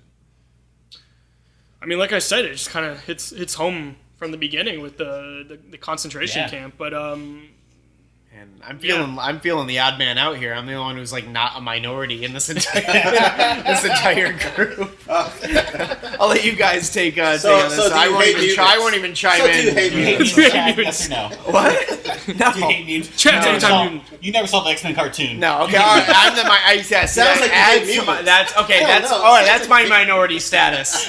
My minority status for the purposes of this podcast is that I have not seen the X-Men cartoon. So carry on. Oh shit. KT for you guys. KT for you. It's like, listen to here. Like, we talked about the music earlier. Just listen to the orchestra in the background of. This is the first time we see what vehicle is that? The X-Jet? What do they call it? I think X-Jet. I don't know. Maybe. And it feels like I'm at Disney concert hall right now. To listen to this music.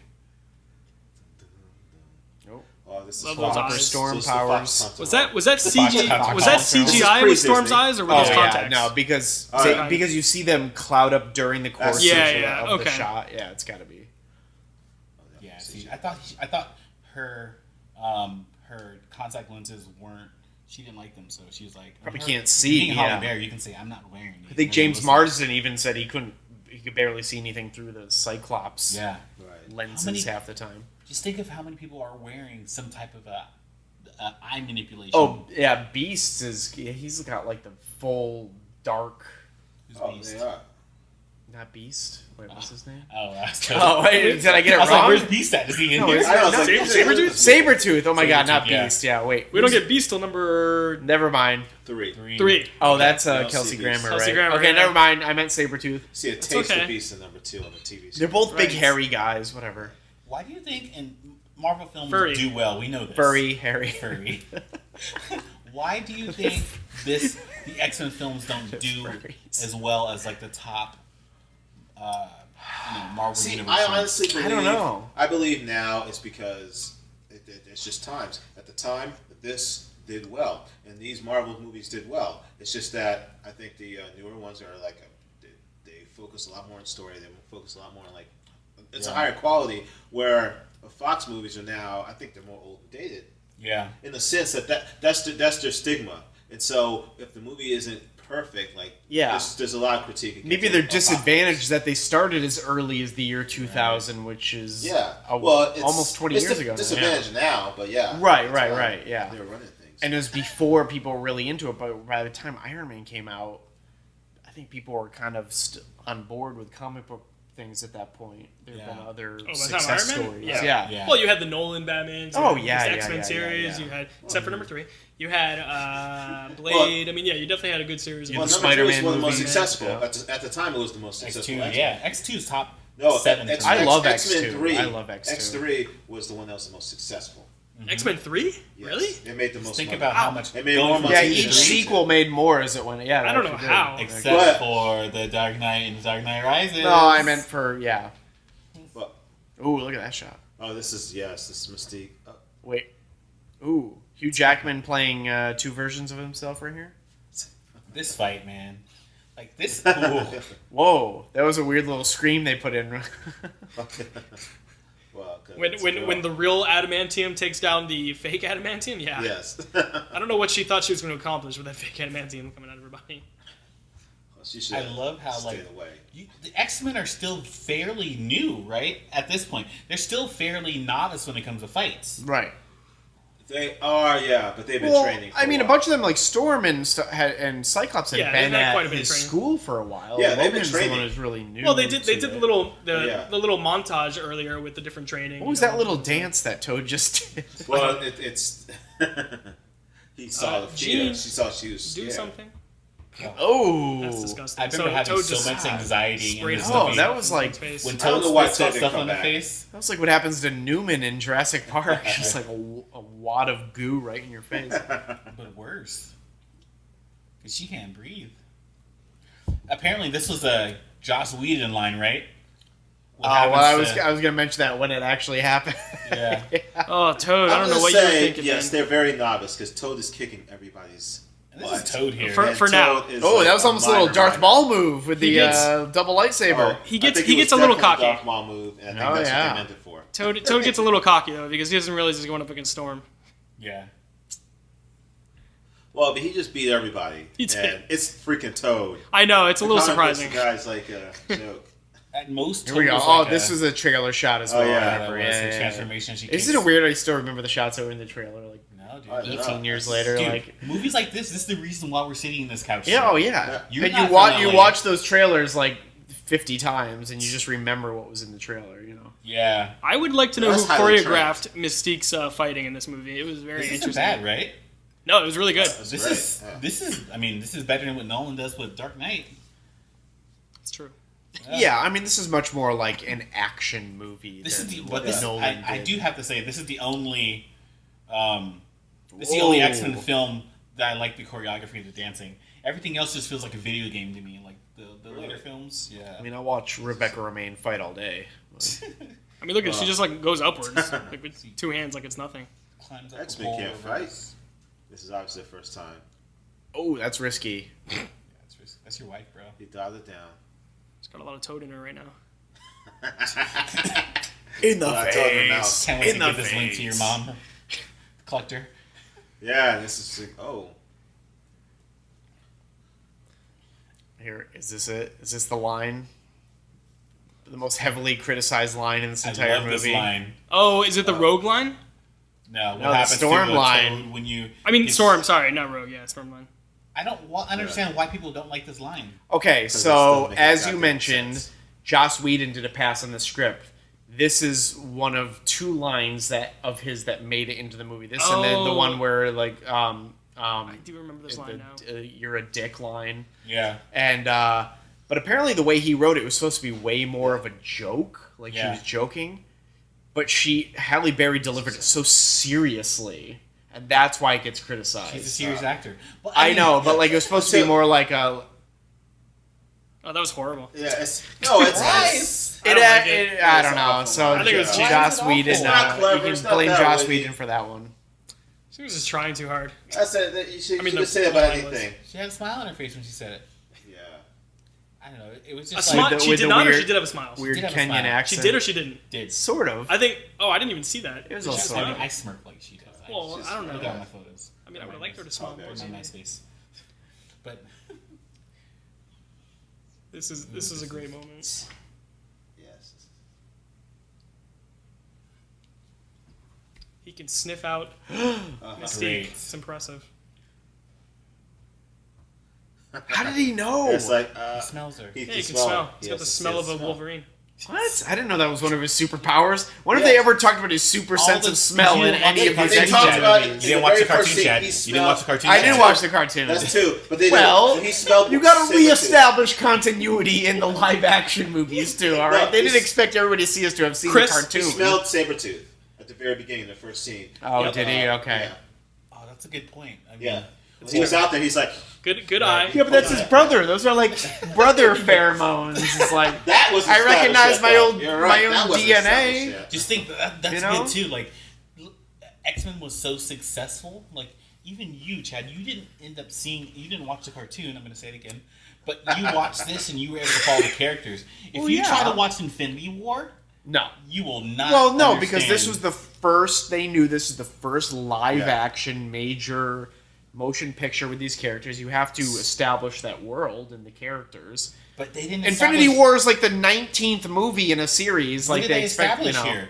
Nothing was established. No, in this. but you meet the characters for the first time. Yeah. Yes, and obviously they keep them a little mysterious. Logan is kept mysterious in this, Yeah. and some of the other ones, and you see a little bit of Magneto's past. But Right. once it was successful, then they could dive into those characters' histories a little more and mess up the whole continuity of the entire Yeah. series in the process. But you still got to know more about the characters. Well, it's interesting from a filmmaker standpoint too. Think about the characters you had the most backstory from. That's Rogue. That's Magneto. They are the two central characters in this movie.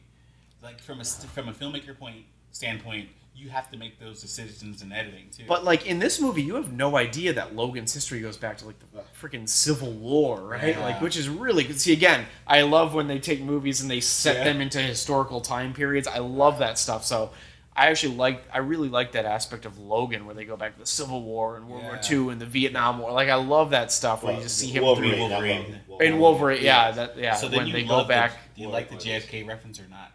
JFK being a mutant. Yeah, you know, stuff thought like that that, was or cool. Days of Future I like Past, that. or past when they go into they're in the '60s, and yeah, I don't know, I really like It's that like stuff. that's back when Yeah. mutants were hiding. But that's why I like Apocalypse, and they're in like ancient Egypt and stuff. I Yeah, thought that was so I like that stuff. I like that part of that story. You know, You have the opportunity to show an origins story in every film. Ryan, you were saying something earlier. I think we talked offline about. God, I forgot what it was. I'm not gonna remember. That's okay. It was offline. Doesn't matter. Interesting. You never. Obviously, you're never going to see something like this happen in the movie because it would be a very intense moment. But I'm going to show you guys a photo. What you're looking at is a comic from what's called the gimmick years of the comic book industry, the '90s, and it's in this comic that Magneto rips the adamantium out of Wolverine. Yes. It's Yeah, X-Men we number did that. 25 from I think Volume 2, and there's a hologram of Gambit on the front of it. That's what they did back then. They did like weird gimmicks to the comics, and they did not become very collectible because everyone knew to collect them. So there's a lot of them, but they're cool to look at. There's so. actually a storyline where he does rip the animation. There is a out of storyline, them. yeah. And that's when you start. He seeing probably the would bony, have be able the to, bony, yeah. the bony claws. Mm-hmm. You start seeing those again, and there was this. I don't know the dates like you do, but the section there was a section of time where he didn't have adamantium. No, that's true. I don't know why. Adamantium. Adamantium. Adamantium. Hey. It's a different language, Yo, Chris. hey. I ain't learned this word in English. They made it up. For Chris, the X-Men are the Y-Men. So. The one, Chris, has everyone told you? Nope. I found your doppelganger. I found your doppelganger. Oh. Wow, Did we you have a know this? doppelganger, ladies and gentlemen. What's the guy from the black dude from Tag? Oh, You got that before, right?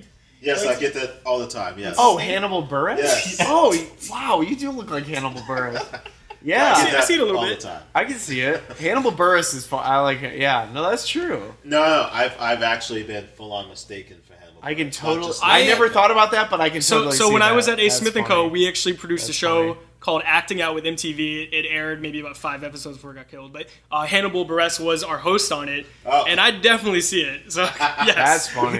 I was there on set a couple episodes, and I can definitely see the comparison. So yeah, Anyways, back to X-Men. back to X-Men. So Yeah, Gambit Hannibal is Buress not in is this not in this movie. movie. They decided to hold off on Gambit. You don't actually did. you don't see him in this first trilogy at all until Origins, right?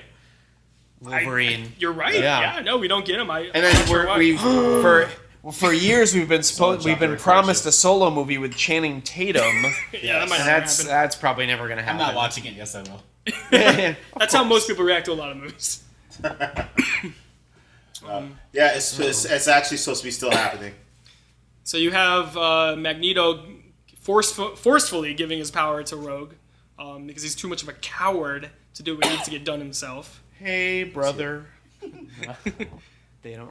Now, wouldn't Sabretooth doesn't have amnesia? Couldn't he say, "Hey, we're brothers"? Yeah, Why not? that's the trailer shot.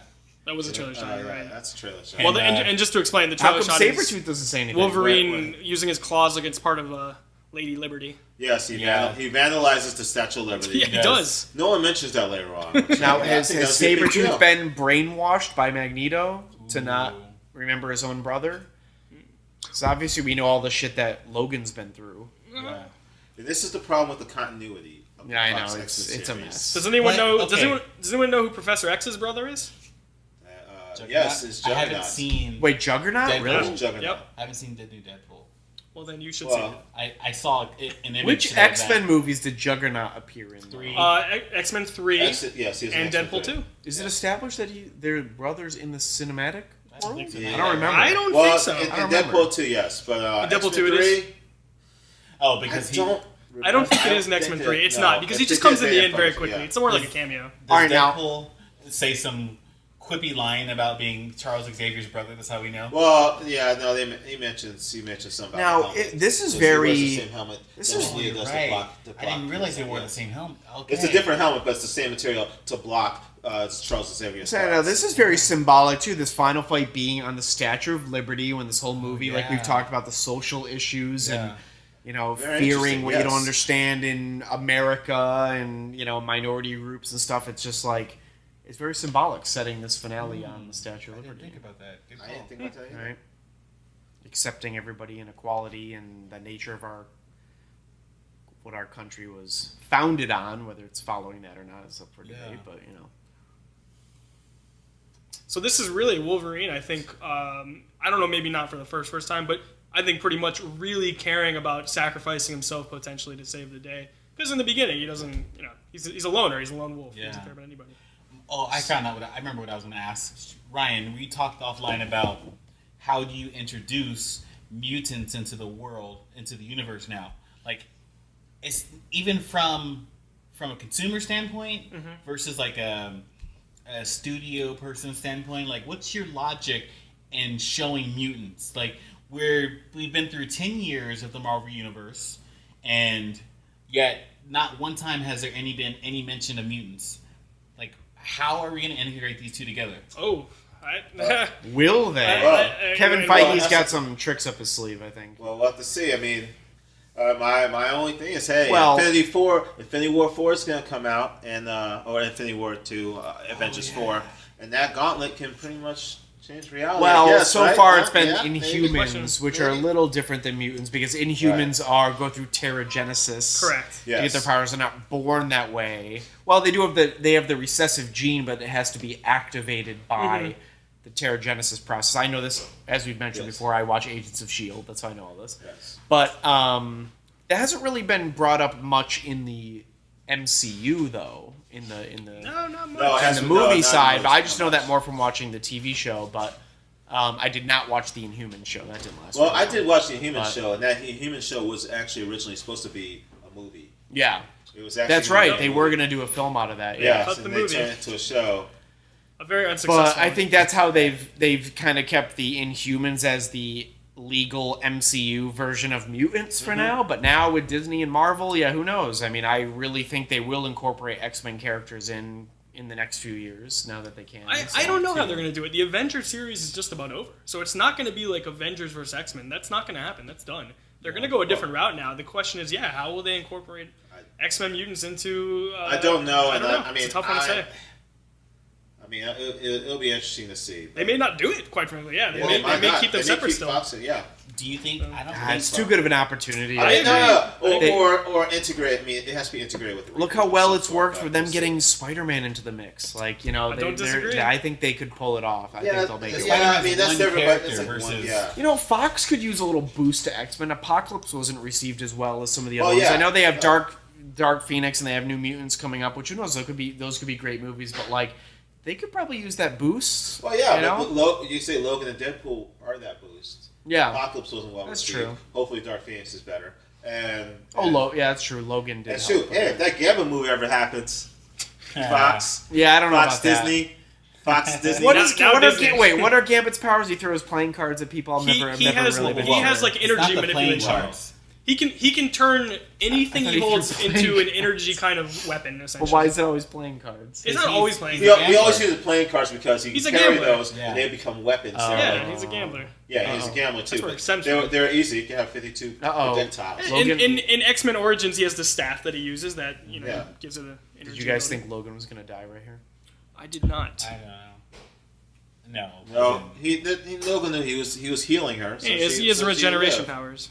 And he'll know. It's happened already earlier in the movie. It was set up earlier. That stabbing earlier was a setup for this dramatic ending. Filmmaking 101. Yes. Let's do a Cape Seat Free podcast from the torch of the Statue of Liberty. That would be so meaningful. This is the scene where at the end, after they save Rogue and Wolverine hugs her so she can like absorb his mutant power, so she can heal herself.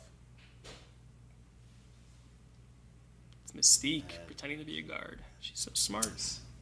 She's so smart. Oh, that's what that was. That's right. Yeah. Even though she's unconscious, I don't know how she's holding that together. That's a good question. I didn't even realize that. That's a good question. Yeah, she hold her powers together. Yeah, it's subconscious. She's I don't know. I still feel like this X-Men dealt more with the reality of racial tension and minority groups than any of all the other X-Men combined. I don't know. I will say X3. Yeah, X3. That's exactly what I was X3. thinking. Yeah. Well, Well, that's where Rogue loses her powers because she doesn't want them anymore, and she goes to the medical facility, and the kid who has the ability to essentially take people's powers away, so they try to monopolize. They take advantage of that by creating a medicine of some kind. Yeah, and then they weaponize this medicine to take out mutants. So they find a way that too. So they do delve into it. Maybe I just feel like this is the most like cinematic version of what X-Men is. I do actually believe in that beginning of only it. because this is the intro and this is set up Yeah, the exactly. entire world. Yes. Like there's a big like I always you look at like Resident Evil 1 that came out versus Resident Evil 2. Two extremely different movies. You see Resident Evil 2 as that big action film, but the first Resident Evil was very like It was like a felt setup. classic and like it felt artsy. And that's what I feel when I look at this X-Men going No, back. No, I that's hear true. you. I mean, I will say this: Days of Future Past does obviously when they go back in time, they do show the fear when people start discovering about mutants, Right. and obviously use the fear mongering technique to develop Sentinels, which we'll do when we talk about that movie. But Right. Yeah. but no, I agree. This is I think this is probably the best version of how they show mutants in society. I haven't watched it in a long time, but Wolverine has a huge kind of remaining thing for Jean Grey in the animated series too, right? Yes. Yeah, it doesn't. Yeah, he does. Oh, yeah, no, Chad it's would just- know though, because Right, Chad would know that. Then. I would not know. I cannot confirm nor deny These reports. that report. See, they knew they were going to get a part 2. They're setting this up. He's going to Alkaline Lake to find out what's going on with his life, you know? yeah. Isn't this the only X-Men that ends with a fade out? Yes. It is. Every other one ends on like a big reveal. I actually like movies that end on like a big moment and cut to the credits. Yeah. I love that. Was there a post-credit scene in this or no? No, I don't think so. Does anyone know when the first official post-credit scene happened? We in are the going to movie? stick around and find out, but Yeah, because in don't know. LA you watch the Oh. credits. This Mystique, even though Mystique, so tricky. so no one else Doesn't decided. Storm, is this the only movie where Storm's hair is long? Doesn't it get real short in the other seasons? It does get No, short. it does get short. It actually gets Halle Berry short in the third one. Halle Berry short, not just short. Yeah, Halle Berry- she always has short hair, yeah. Yeah, I mean, Hedwig Dedek. It's good to see Rogue with her hair. Now, Martin, would you say up I know. until The Dark Knight came out, X2 was the best superhero movie Agreed. for about 5 years? I It had agree. that title for about 5 years, I think, until... X2 better than X1? I mean, I guess Yeah. some Yeah. people Yes, say that Spider-Man 2 is good. I haven't watched Spider-Man. Spider-Man 2 is I haven't watched really Spider-Man 2 in a long time, but I always no, loved X2. Spider-Man 2 was really good. Spider-Man 2 is arguably But I the think best. you still could say today that Dark Knight, 10 years on, is still the best superhero sequel I of might all have time. just. I Yeah, don't know. I agree. I might have I just. don't know. So what I'm seeing is every one of these good superhero films that were revered that we're bringing up, they all have a very strong villain. That's important. That's really important. Marvel's Marvel's been criticized about a lot of that. Doc yeah. Ock. Doc Ock was a great villain. I X-Men mean, 2 was... I honestly would put it in the conversation that just Stryker. by series like Captain America Winter Soldier compared to Captain America First Avenger is like a way superior sequel that I like agree. is Oh, amazing. yeah. Like I love Winter I was Soldier. going to bring that up, that which makes Captain America: The Winter Soldier so important. I can't even think of the villain from that movie. Right, it From was what? Robert Redford and Hydra, that's that's Marvel's been criticized. But It's that's just two different society. movies, though. First Avenger was really more of a comic booky kind of element. Right. Movie. And Winter they Soldier was like an changed- artsy movie, exactly. for Christ's sake. I mean, this line doesn't ever wake you in the middle of the night. Do you guys remember? We'll talk about this more when we do X2, but like the Comic-Con trailer for X2 that started with that. I didn't remember that. That started with that quote, "Doesn't ever wake you in the middle of the night," and and then it was cutting with like the SWAT team or whatever coming into the mansion and stuff. Dude, that was one of my favorite. I watched that and that was Comic-Con like 2002 or something. Wow. They debuted that, and it was this. They used this scene to open up that trailer. And Xavier love just it. made that comment about, I feel a great swell of pity for the fool that comes to my school. Yeah. So doesn't Happens. in first class, I think at the end, or No, X2. No. But the actor who plays Professor Xavier in the later series, James McAvoy? He says that at one point too in one of the movies. I remember him Really? distinctly saying that. So I love that they brought that back. It's a good line. Apparently, neither of these guys knew how to play chess, also, so they had to be advised on that. Oh wow. Imagine playing checkers. It should have been backgammon or something. But We're playing like Guess Who or something, or like Monopoly. I pity the fool that plays me in chess. Someone has They're to playing play like Guess Sorry. Who. Yeah. It was. Wait, what was the doctor game where you have to take There was like pieces out? Clue. Operation. Operation. Should have an operation. Well, that'd be cheating. There's for metal. Magneto, There's so- metal in that. Yeah. You can't. Where was Magneto's character? What was inspiration for Magneto in terms of his powers? Was there anything that?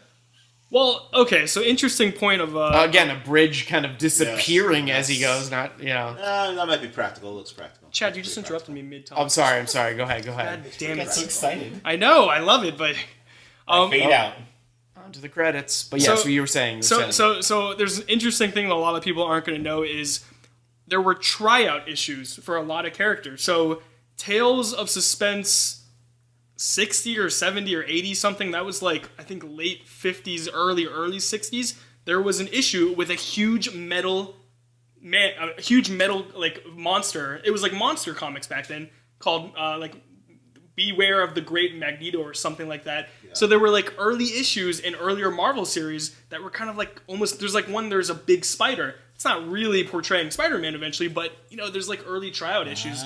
There's one for like a Scarecrow element. So yeah, no, I mean, I think maybe that's where it started. I'm not 100% sure, but as far as his powers go, I mean, you could say that comes from the great mind of Stan Lee and Jack Kirby. Yeah. All right, so that's X-Men. Music by Michael Great. Kamen. Yep. Oh yes, that's who did it. He did a lot of action movies. Luis Mingenbach was the costume designer. I'm not going to say what everyone did. Patrick Stewart. He had been. Yeah, this is a great movie. This movie still holds up as a really good comic movie. Can you It think really of anyone does. besides that could have played Professor X besides Patrick? No, I don't mean- think anyone could have. That's why he's Professor. Well, X. I'm having a tough time thinking of actors at that time that were in that Hugh range. Jackman gets second billing in this for being a complete unknown, which is crazy. Pretty impressive. too. Yeah. Yeah.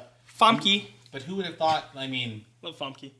McAvoy does a great job as Professor Oh, X. he does. He was But awesome, it's- yeah. He's still not the Professor X. Maybe it's different for the younger generation that Yeah. saw First And Class first. Fassbender as knows? Magneto. Okay, she still was a Stamos in this one. Told Yes, you. still Well, she ends up dropping. I don't know. It's hard to keep. Hey, look, you got It's called you The got Voice. Storm's But yeah, correct that's voice. I got Stamos. Okay, we gotta have our own thing. gotcha. Okay. It's even. You're both big. Is that a competition? I'm making it a competition. Anna Paquin. Wait, she had Anna Paquin? Yeah, she had the ad. Was she that big? She, At that she point- already she- got Oscar nominated. Oh, Yeah. she was Oscar Just after- for the Goose movie. The The piano. The pianist. No, not the No, pianist. no, The piano. The piano. In like '93. Yeah. Yes, pianist is the Yes, other guy. she was not. She was like the. Yeah. She was one of the youngest Oscar nominees at the time. I'm not sure if that So still we're stands, not but- getting I a don't know if it post-credit still scene. I'm stands, pretty but sure. yeah. I don't think so either, but God, I like wanna know what the first movie to do that we've was. explained We'll find before on out. this podcast, we stay through the credits, we watch the credits. You know, we respect the people who worked on the movie since we all work in the entertainment industry, and This is true. there's always interesting Yeah. things to see and things Oh, to talk about. oh, hot dog vendor. Hot Stanley. dog, there we go. He Didn't was have a a line. hot dog vendor. This is one of the Yes. few cameos where he Damn. doesn't have a line. They give him Toad lines. Toad Cop Cop was was the Thomas co-writer. Simpson? Yeah, the producer co-writer. Translators. Stunt safety stunts. German This soldiers. didn't feel like a long movie. No, this is a This actually went by 104 pretty minute quick, movie, yeah. actually. That's This- it? Yes. Wow, hour 34. Damn. That's one of the first, This is a back short when- movie. Wow, yeah, we're under thing is, one two an hour hour 40 movies right and now. 2+ Associate hour producer movies Kevin start coming up Feige. later on. What was Kevin Feige's role at Marvel in the year associate 2000? producer. He couldn't have been as high up as he is now. He's just an associate. He was an at the time. associate producer. He's in probably like an 2000. That's assistant crazy. or something. I was an associate 3 years ago. So I'll let you know what associate means. Nothing. Kevin Feige was nothing to here. think the powerhouse of Kevin Feige was an associate producer at that time. That's just Yeah. crazy to think about that. It's like, did he even have, how much input did he actually have for this movie? Nothing. yeah, probably He wouldn't- almost not- nothing, yeah. Not an associate producer. Well, yeah. I mean, he was the first associate producer on top of the 3 in that list. Wait, So, now does hey. Kevin Feige doesn't have any producing credits on any of the X-Men movies now? movies. That's still the Don, like Lauren Schuler Donner. Oh, and no, yeah, everybody. no. So because this was before Marvel Studios was formed and before That's true. Disney owned Marvel. Yes. So that's why this is the Fox and kind of like Marvel Disney side split. And he kind of went with the Marvel Studios Disney side. So I don't think he has any input to the X-Men stuff nowadays. Well, he was. Well, no, he wouldn't because you're No, it's exactly. Disney So that's why versus Fox, it's but now that- surprising to see his name on this. Yeah. But that was back then. It was different. Right. But now that he's gonna be, I don't know, I assume maybe owner or manage it once Disney has the rights finally. Maybe I'm sure he will have to say obviously, but Yeah. they'll say. Wow. But yeah, Yeah, I believe when did Disney buy Marvel in 2006? So it was until like 6 Was years that what it after. was? 6 Wow. years after, yeah, I believe so. Yeah. so 2006. Right, So so- and we got Iron Man in 2008. Wait.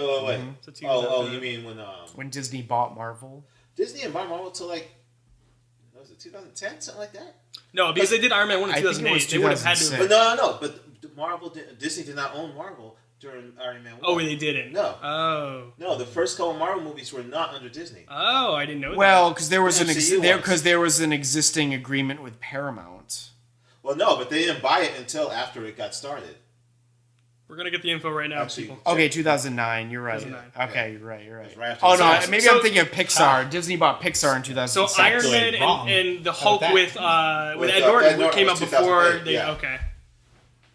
Gotcha. Okay, Disney bought Pixar in 2006. That's what I was thinking of. Yeah. Same thing. Because I understand. felt like after the first ones, I'm like, oh, okay, Marvel's coming in their own. And then Disney goes and buys them. I'm like, oh, okay. And yet they Disney still. Disney knew it, because yes. Marvel was coming into Yes, their own. exactly. Yeah. But, they let Marvel and Paramount play around first. Just take the risk. They let them take the risk, and then they just take the reward. So this is what's impressive to me when you watch a movie. Even back then, nowadays, even well before then, but just the amount of credits and people that clearly work on these things. I mean, isn't it like a movie can come through a small town and create jobs and just a whole new area for people to thrive in. I mean, granted, they're going to pick up. and Not leave even after, that but- geographical area. All the VFX stuff. Yeah.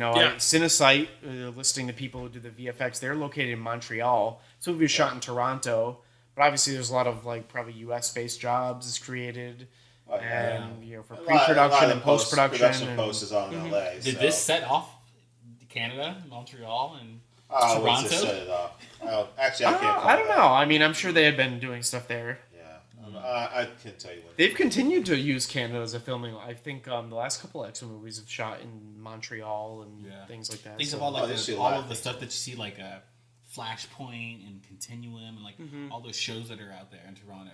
Like, Oh yeah, no. All in the in Vancouver, that's where they shoot all the DC TV shows, the Arrows, the Flash. They shoot them all out there. yeah, They shoot them same studio, same lot. Really. I thought Toronto was right. I just drew a Canadian Okay. city out there. No. They use that as Canada's used as a Does filming location. Anyone and know off the TV top? location a lot. Oh, sorry. Oh, Canada using T. Okay. Does anyone know off the top of their head when X2 came out after X-Men 1? 2003. 2003. So it's 3 3 years years. later. No, And then Are you it was pulling 3 it up? years between movies. Then X-Men: The Last Stand was 2006. Okay. Are you Well, pulling that it doesn't up? happen anymore. Yeah, seriously. Yeah, well, some franchises. 3 we years still between the stick next out. one. Now they get 3 in 1 year. So I know, it's crazy. Gotta milk it. As Do much as you remember can. what it felt like though? That back then to you get that one, then you gotta wait 2, 3, 4 It years felt to get the next one. forever. Didn't it Yeah. feel like forever? It felt. I remember. It's actually true because Marvel movies, it's like they hold us over. Like you get 3 years, different Kids characters, are but the same so universe. There's lucky. references to the other ones. Yeah, I remember Only going 3 into years, yeah. to That's true. Blockbusters every single day. Is the Matrix out yet? Is the Matrix out yet? just to No watch kid. it again on home video. Yeah, Yeah, to watch it. I think you just continue to see 11 times in theaters, like After Earth. I don't know if we've mentioned that before. No, we did not mention that before. Martin saw M. Night Shyamalan's Good After reason. Earth 11 times in That we're doing theaters. now. Actually, I think We'll bring that up every time. Just like he brings up, I never watched the X-Men comic. I'll bring up he saw After Earth 11 times. X-Men in animated theaters. series. That's for Earth. Or yeah, animated comic series. Yeah, you know what I mean. So we're getting to the end of the credits here. Yeah, so we can see. How do they this thank thing the was Statue cut of on the Liberty Navid or National? not. Oh yeah, Let's see if it we might find say. out. It might say. Jack Kirby's That's thanked there. It might That's say. cool. See, these are things you can Space learn from Cam staying through the area. credits. Yeah.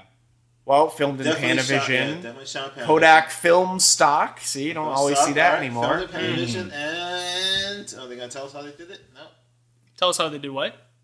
how they edited it. Oh. Which No, sometimes do, they do say edited on. I didn't see that, so maybe it didn't was. see that. This could have been cut traditionally. I don't know. I feel great staying I through know, credits. Yeah. I feel so much No, better. Well, it's also I it's helpful to respect talk to you, sweet, nice gentlemen. You know, That's about true. everything, so. I think. When I go through credits, I feel like I'm reading the Bible.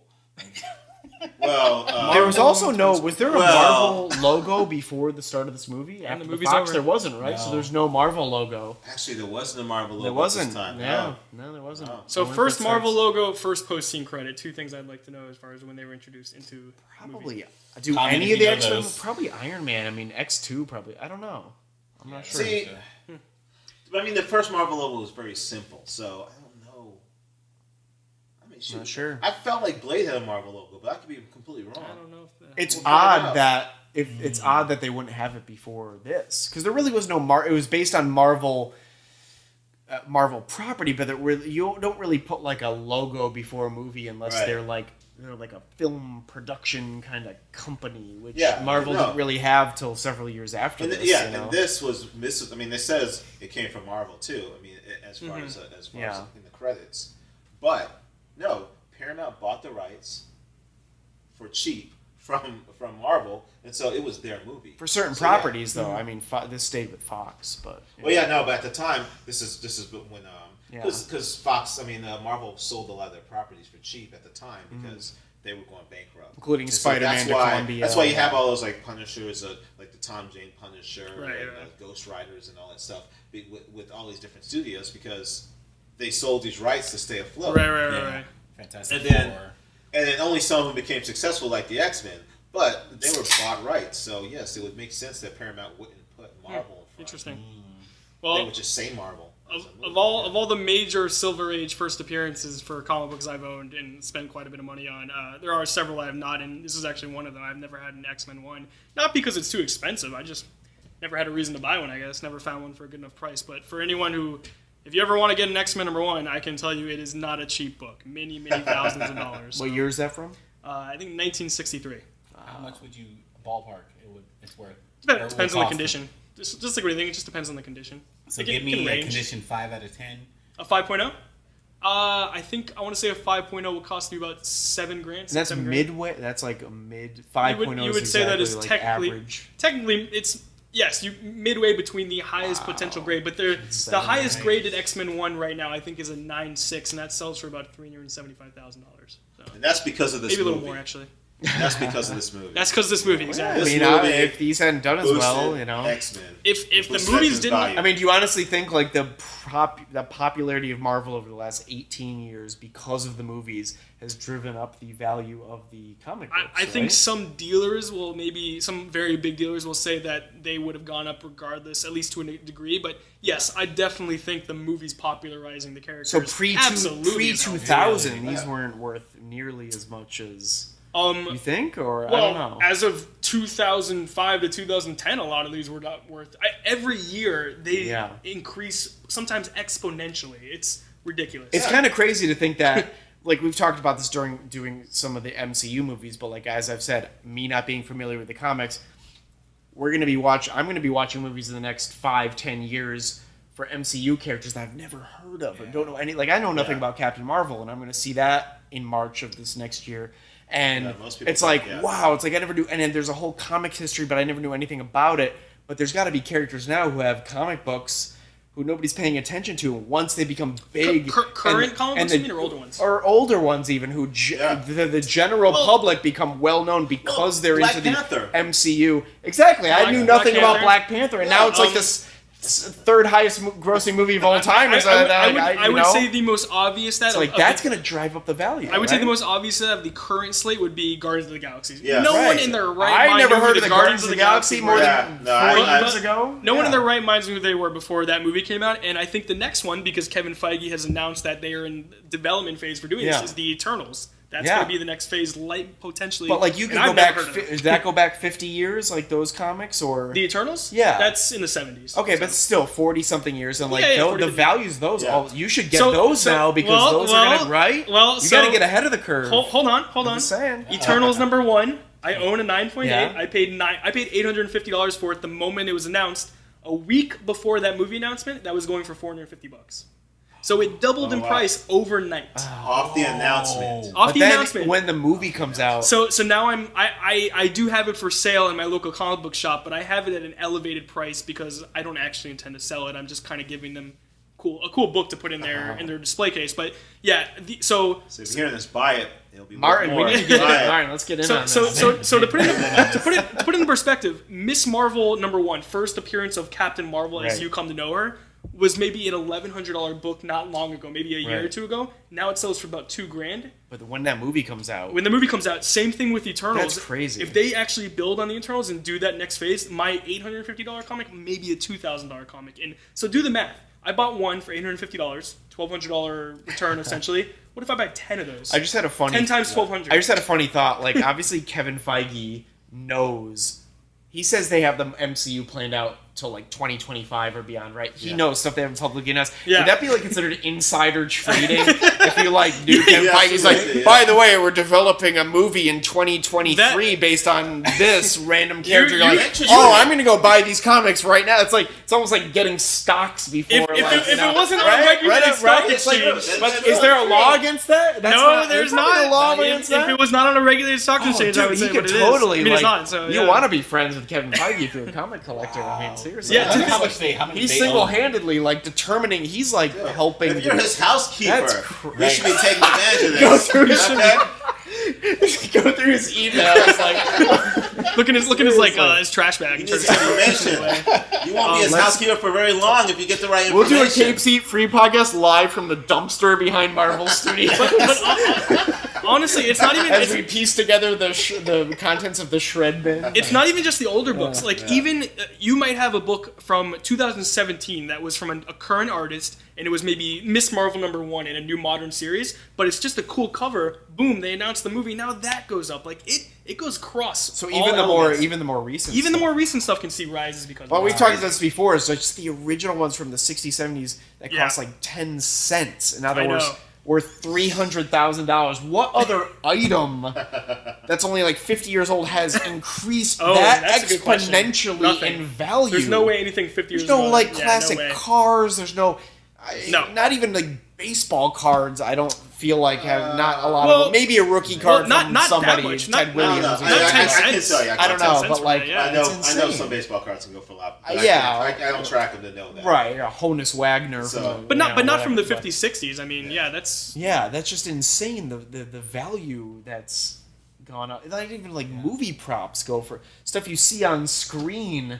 They're selling like Harrison Ford's like jacket from Empire Strikes Back and the fedora from it's like a couple $100,000. So I feel like I don't know. It's crazy to me. Once again, the most expensive comic so far sold publicly, at least. I don't know about privately, but I'm pretty sure it still is $3.2 million. So that's gonna get dwarfed at some point. Which one was that? Action Comics #1 for Superman, 1938. And that's get dwarfed because one of two things, right?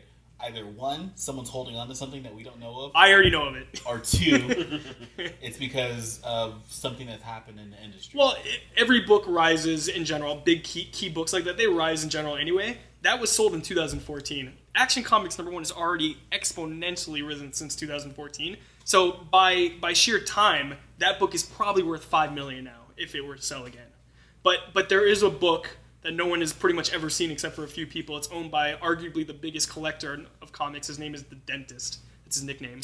I hope so. I can't remember what his real name is. How is he not a real life villain? I'm sorry, The Dentist. I can't remember what your real name is off the top of my head, but he's a villain. That's a villain. He owns a raw, so not graded Action Comics #1. Only like the heads of CGC have seen this thing, and they estimate it to be a 9.2, 9.4. So What the do highest you is a mean 9 raw? out. So. I mean, What do you mean raw? Not graded, not professionally graded. It's just like the comic I showed you today. It is just in its normal form. there's no just place in comic. LA where you can go and do that. You have to ship it to Florida, like you said. Well, that's before. where they're based. Yeah, Oh, you think they would have an LA branch? I mean, it's like a that'd be big nice. entertainment. I'd like them to have an LA branch. CGC, please come to LA. We should interview one of them. Hey, that could. Sure. How do you get a career as being a person who grades one of those? Oh well, Like, you have to be know a lot- respected and be in the industry for a long time. Oh, but I mean, you know a lot about that. I don't know. Yeah, I'm pretty good at it. That's why I've been able to make money doing it because I know what. Now, grade is I'm there? getting. I mean, that's like a good. That's like better than investing in like stocks and like. I never real would have estate- made money in My stocks. Like I God. did doing this. No, I'm just saying. Like, I need to get in on this. Oh my God. Well, you want to give me some money and I'll invest it for a certain I don't know. percentage. I don't know. Get you in. That's pretty good. That's pretty good. Well, guys, let's see how where are we on? How long have we been? The movie has ended a while ago, so Yeah, Like, so It's so We're still funny. It was so listening. short that we felt the need to talk a lot longer. No, this is movie. this is great. No, this is really it's a fascinating great to movie. me. I'm learning a That's lot. a movie. So, It was a great movie. but All right. Yeah. Any wrap up Let's wrap comments about X-Men? I'll No, start. I can't wait till X2. great movie. Yeah, I mean, I distinctly remember seeing Guess this I won't start. 18 years ago. I like, and yeah, it's great. I still holds up. I enjoy it. How old were we all in 2000? I want to know. I was 16. 2000, I was maybe 14. In the 15, summer of 15 and a half. 2000? No, we were 14 in the summer of 2000. Chris? We? Oh yeah, we're 3 days away. Yeah. A week away. No, we're like a week apart. Yeah. Okay, that makes sense. Thanks, Chad. Chris is really deep into this counting right now, so I'm curious where it's going to lead to. So I was the prime target. I was the prime target age when this movie came out. Just think about how it's like great the field of marketing is. Yeah. If as like children we're 1920, here. We were 1920? Yeah, Okay. 1920, yeah. Chris apparently can't remember what year. He's, I think 1920. Chris was Just- born in the I had 1920s. to use my math to like. When to, like, were you born? find Where the were you middle- born? the I'm middle very time. confused. The middle time. Chris just pulled a Doctor Strange in Infinity War. Hey, So if you're 9 million There's only one possibility for the year I was 14,600,000. born. So Chris was 1920. Chris's head was just moving at a very rapid, like Doctor There's Strange. one. Oh, like, I won't spoil anything. I can't say nothing. I won't say my joke. he was sitting cross-legged, floating off the ground as he was trying to determine his age. Let's get the Chris joke. Well, I remember being as a kid. You think movies are like the holy grail, right? You watch a television show every day, and you're like, "Oh my god, why can't we just make a movie of this?" Because movies are so grand in our heads. Are you getting into the animated series again? No. But I will say this. I can't get Animated to it. series is one of the reasons why I even started reading comic books. Like I would read them a lot, but I would read them some, just like occasionally. But after watching that, I would go and actually like go to the comic store and like actually read. So you did? And get into the stories. Yeah. Oh, okay. No, I read a lot of them When you were young? No, actually in school. 1932, In right? in film school.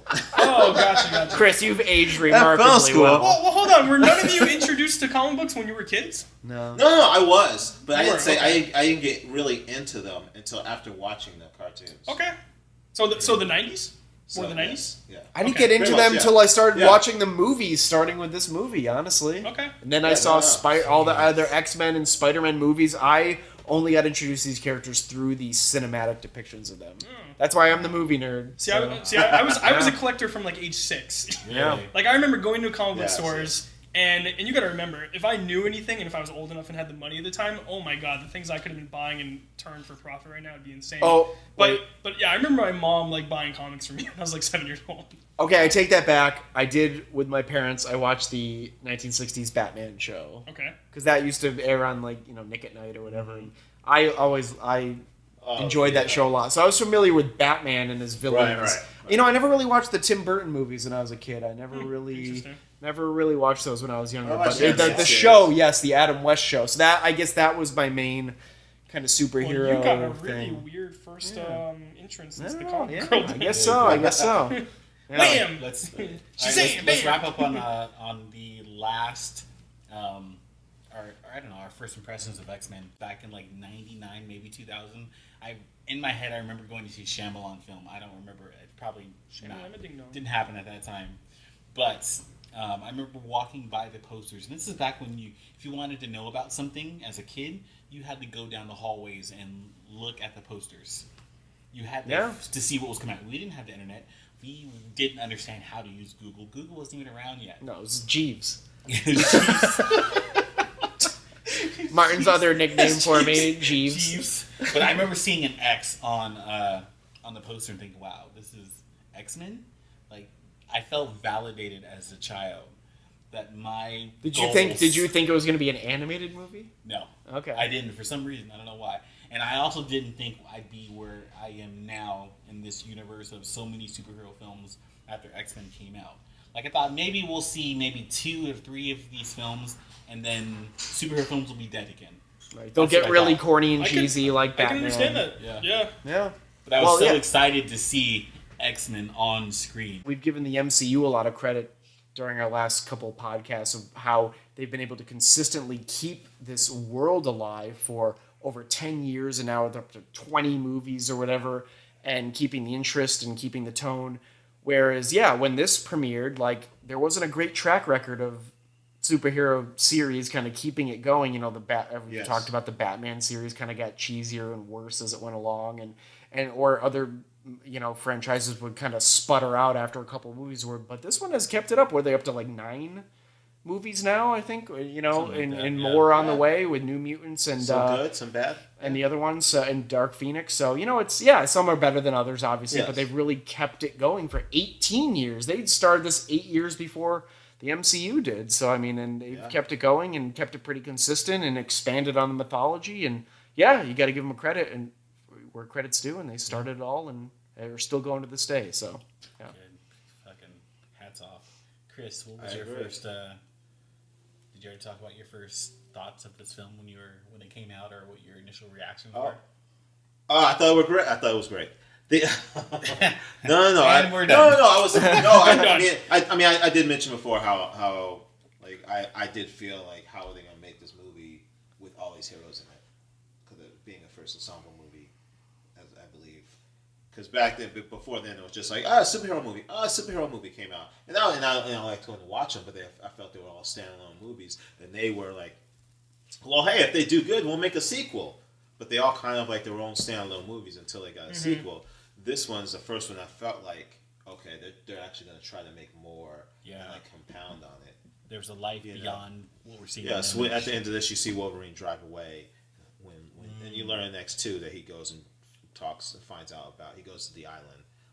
Didn't even think of that. Yeah. And he goes and tries to find out about his past that Professor X sent him on. So they set that up for a 2, where usually the movies end afterward. And that's got to be difficult too, as like a screenwriter, when you're developing these movies, when you have so many characters like in the X-Men series or the history of the comics. Like, how do you choose who to include? And obviously some were relegated to background characters in this who then became prominent. You save them for the sequels if you get the chance to do that, And that's what Singer did, right? He watched the entire series, the cartoon that was out at the time.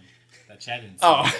So Singer based this on the cartoon. I get it. I didn't watch the cartoon series. I thought it was either the cartoon or the comics. I thought it was a cartoon, and he watched it and realized and took notes of I thought it was the comic book. I thought you read the comics. You might be right. Yeah, which characters are we adding in? But isn't this the one X-Men movie that is not based on an actual comic storyline? The rest of them were based on storylines. This was mostly an original story. Yeah, I think you're right. Was X2 though? I mean, I don't believe X2 was based on a comic story. I think maybe like a lot of the origin stuff. X2 was about Wolverine, and finding out his past with Cypher and everything. That's definitely a storyline. Yeah, okay. All right, guys, well, we are 2 hours and 22 minutes. I feel like we gave so much information and learned so much information at the same time. Hopefully you were entertained and learned some things. Yeah. Were you not entertained? And this is still shorter than the other ones that we've done. Russell Crowe bringing it back to the reason Hugh Jackman is a star today, Sorry, go ahead. Were you not entertained? Okay, I'm done. That's it. I just love that line. And we're done. All right, Capers. All right. We did. Thanks for joining us. Until next time, this is Cape Seat Free signing off. We got Ryan, we got Chad, we got Martin, we got Chris. Wait, who's Ryan? Who? Who's Ryan? All right. What's his name? Ryan. Ryan's the collector. He's the collector. Okay, Ryan the collector, Chad the Well, resident don't movie say it like nerd. you're constipated. I mean, Well, okay, they know our names. All right, Martin, you've You've been paying attention, right? We got Martin the thought Right. junkie, and we got Chris the film school dropout. I gotta say, today Yes. we transcended out of our own identities. I don't know what that means, and but jumped sure. into the different, like, you guys are able to talk about the stuff I wanted to talk about. Yeah. This is So we one were of my like favorite. Mystique and like Rogue, like you know. We're each we're other, getting yeah. on the same cycle right We're now. more so like we're we're all- more like Morph, who you haven't seen. And No, with that, I wouldn't. See, takes from you the out. animated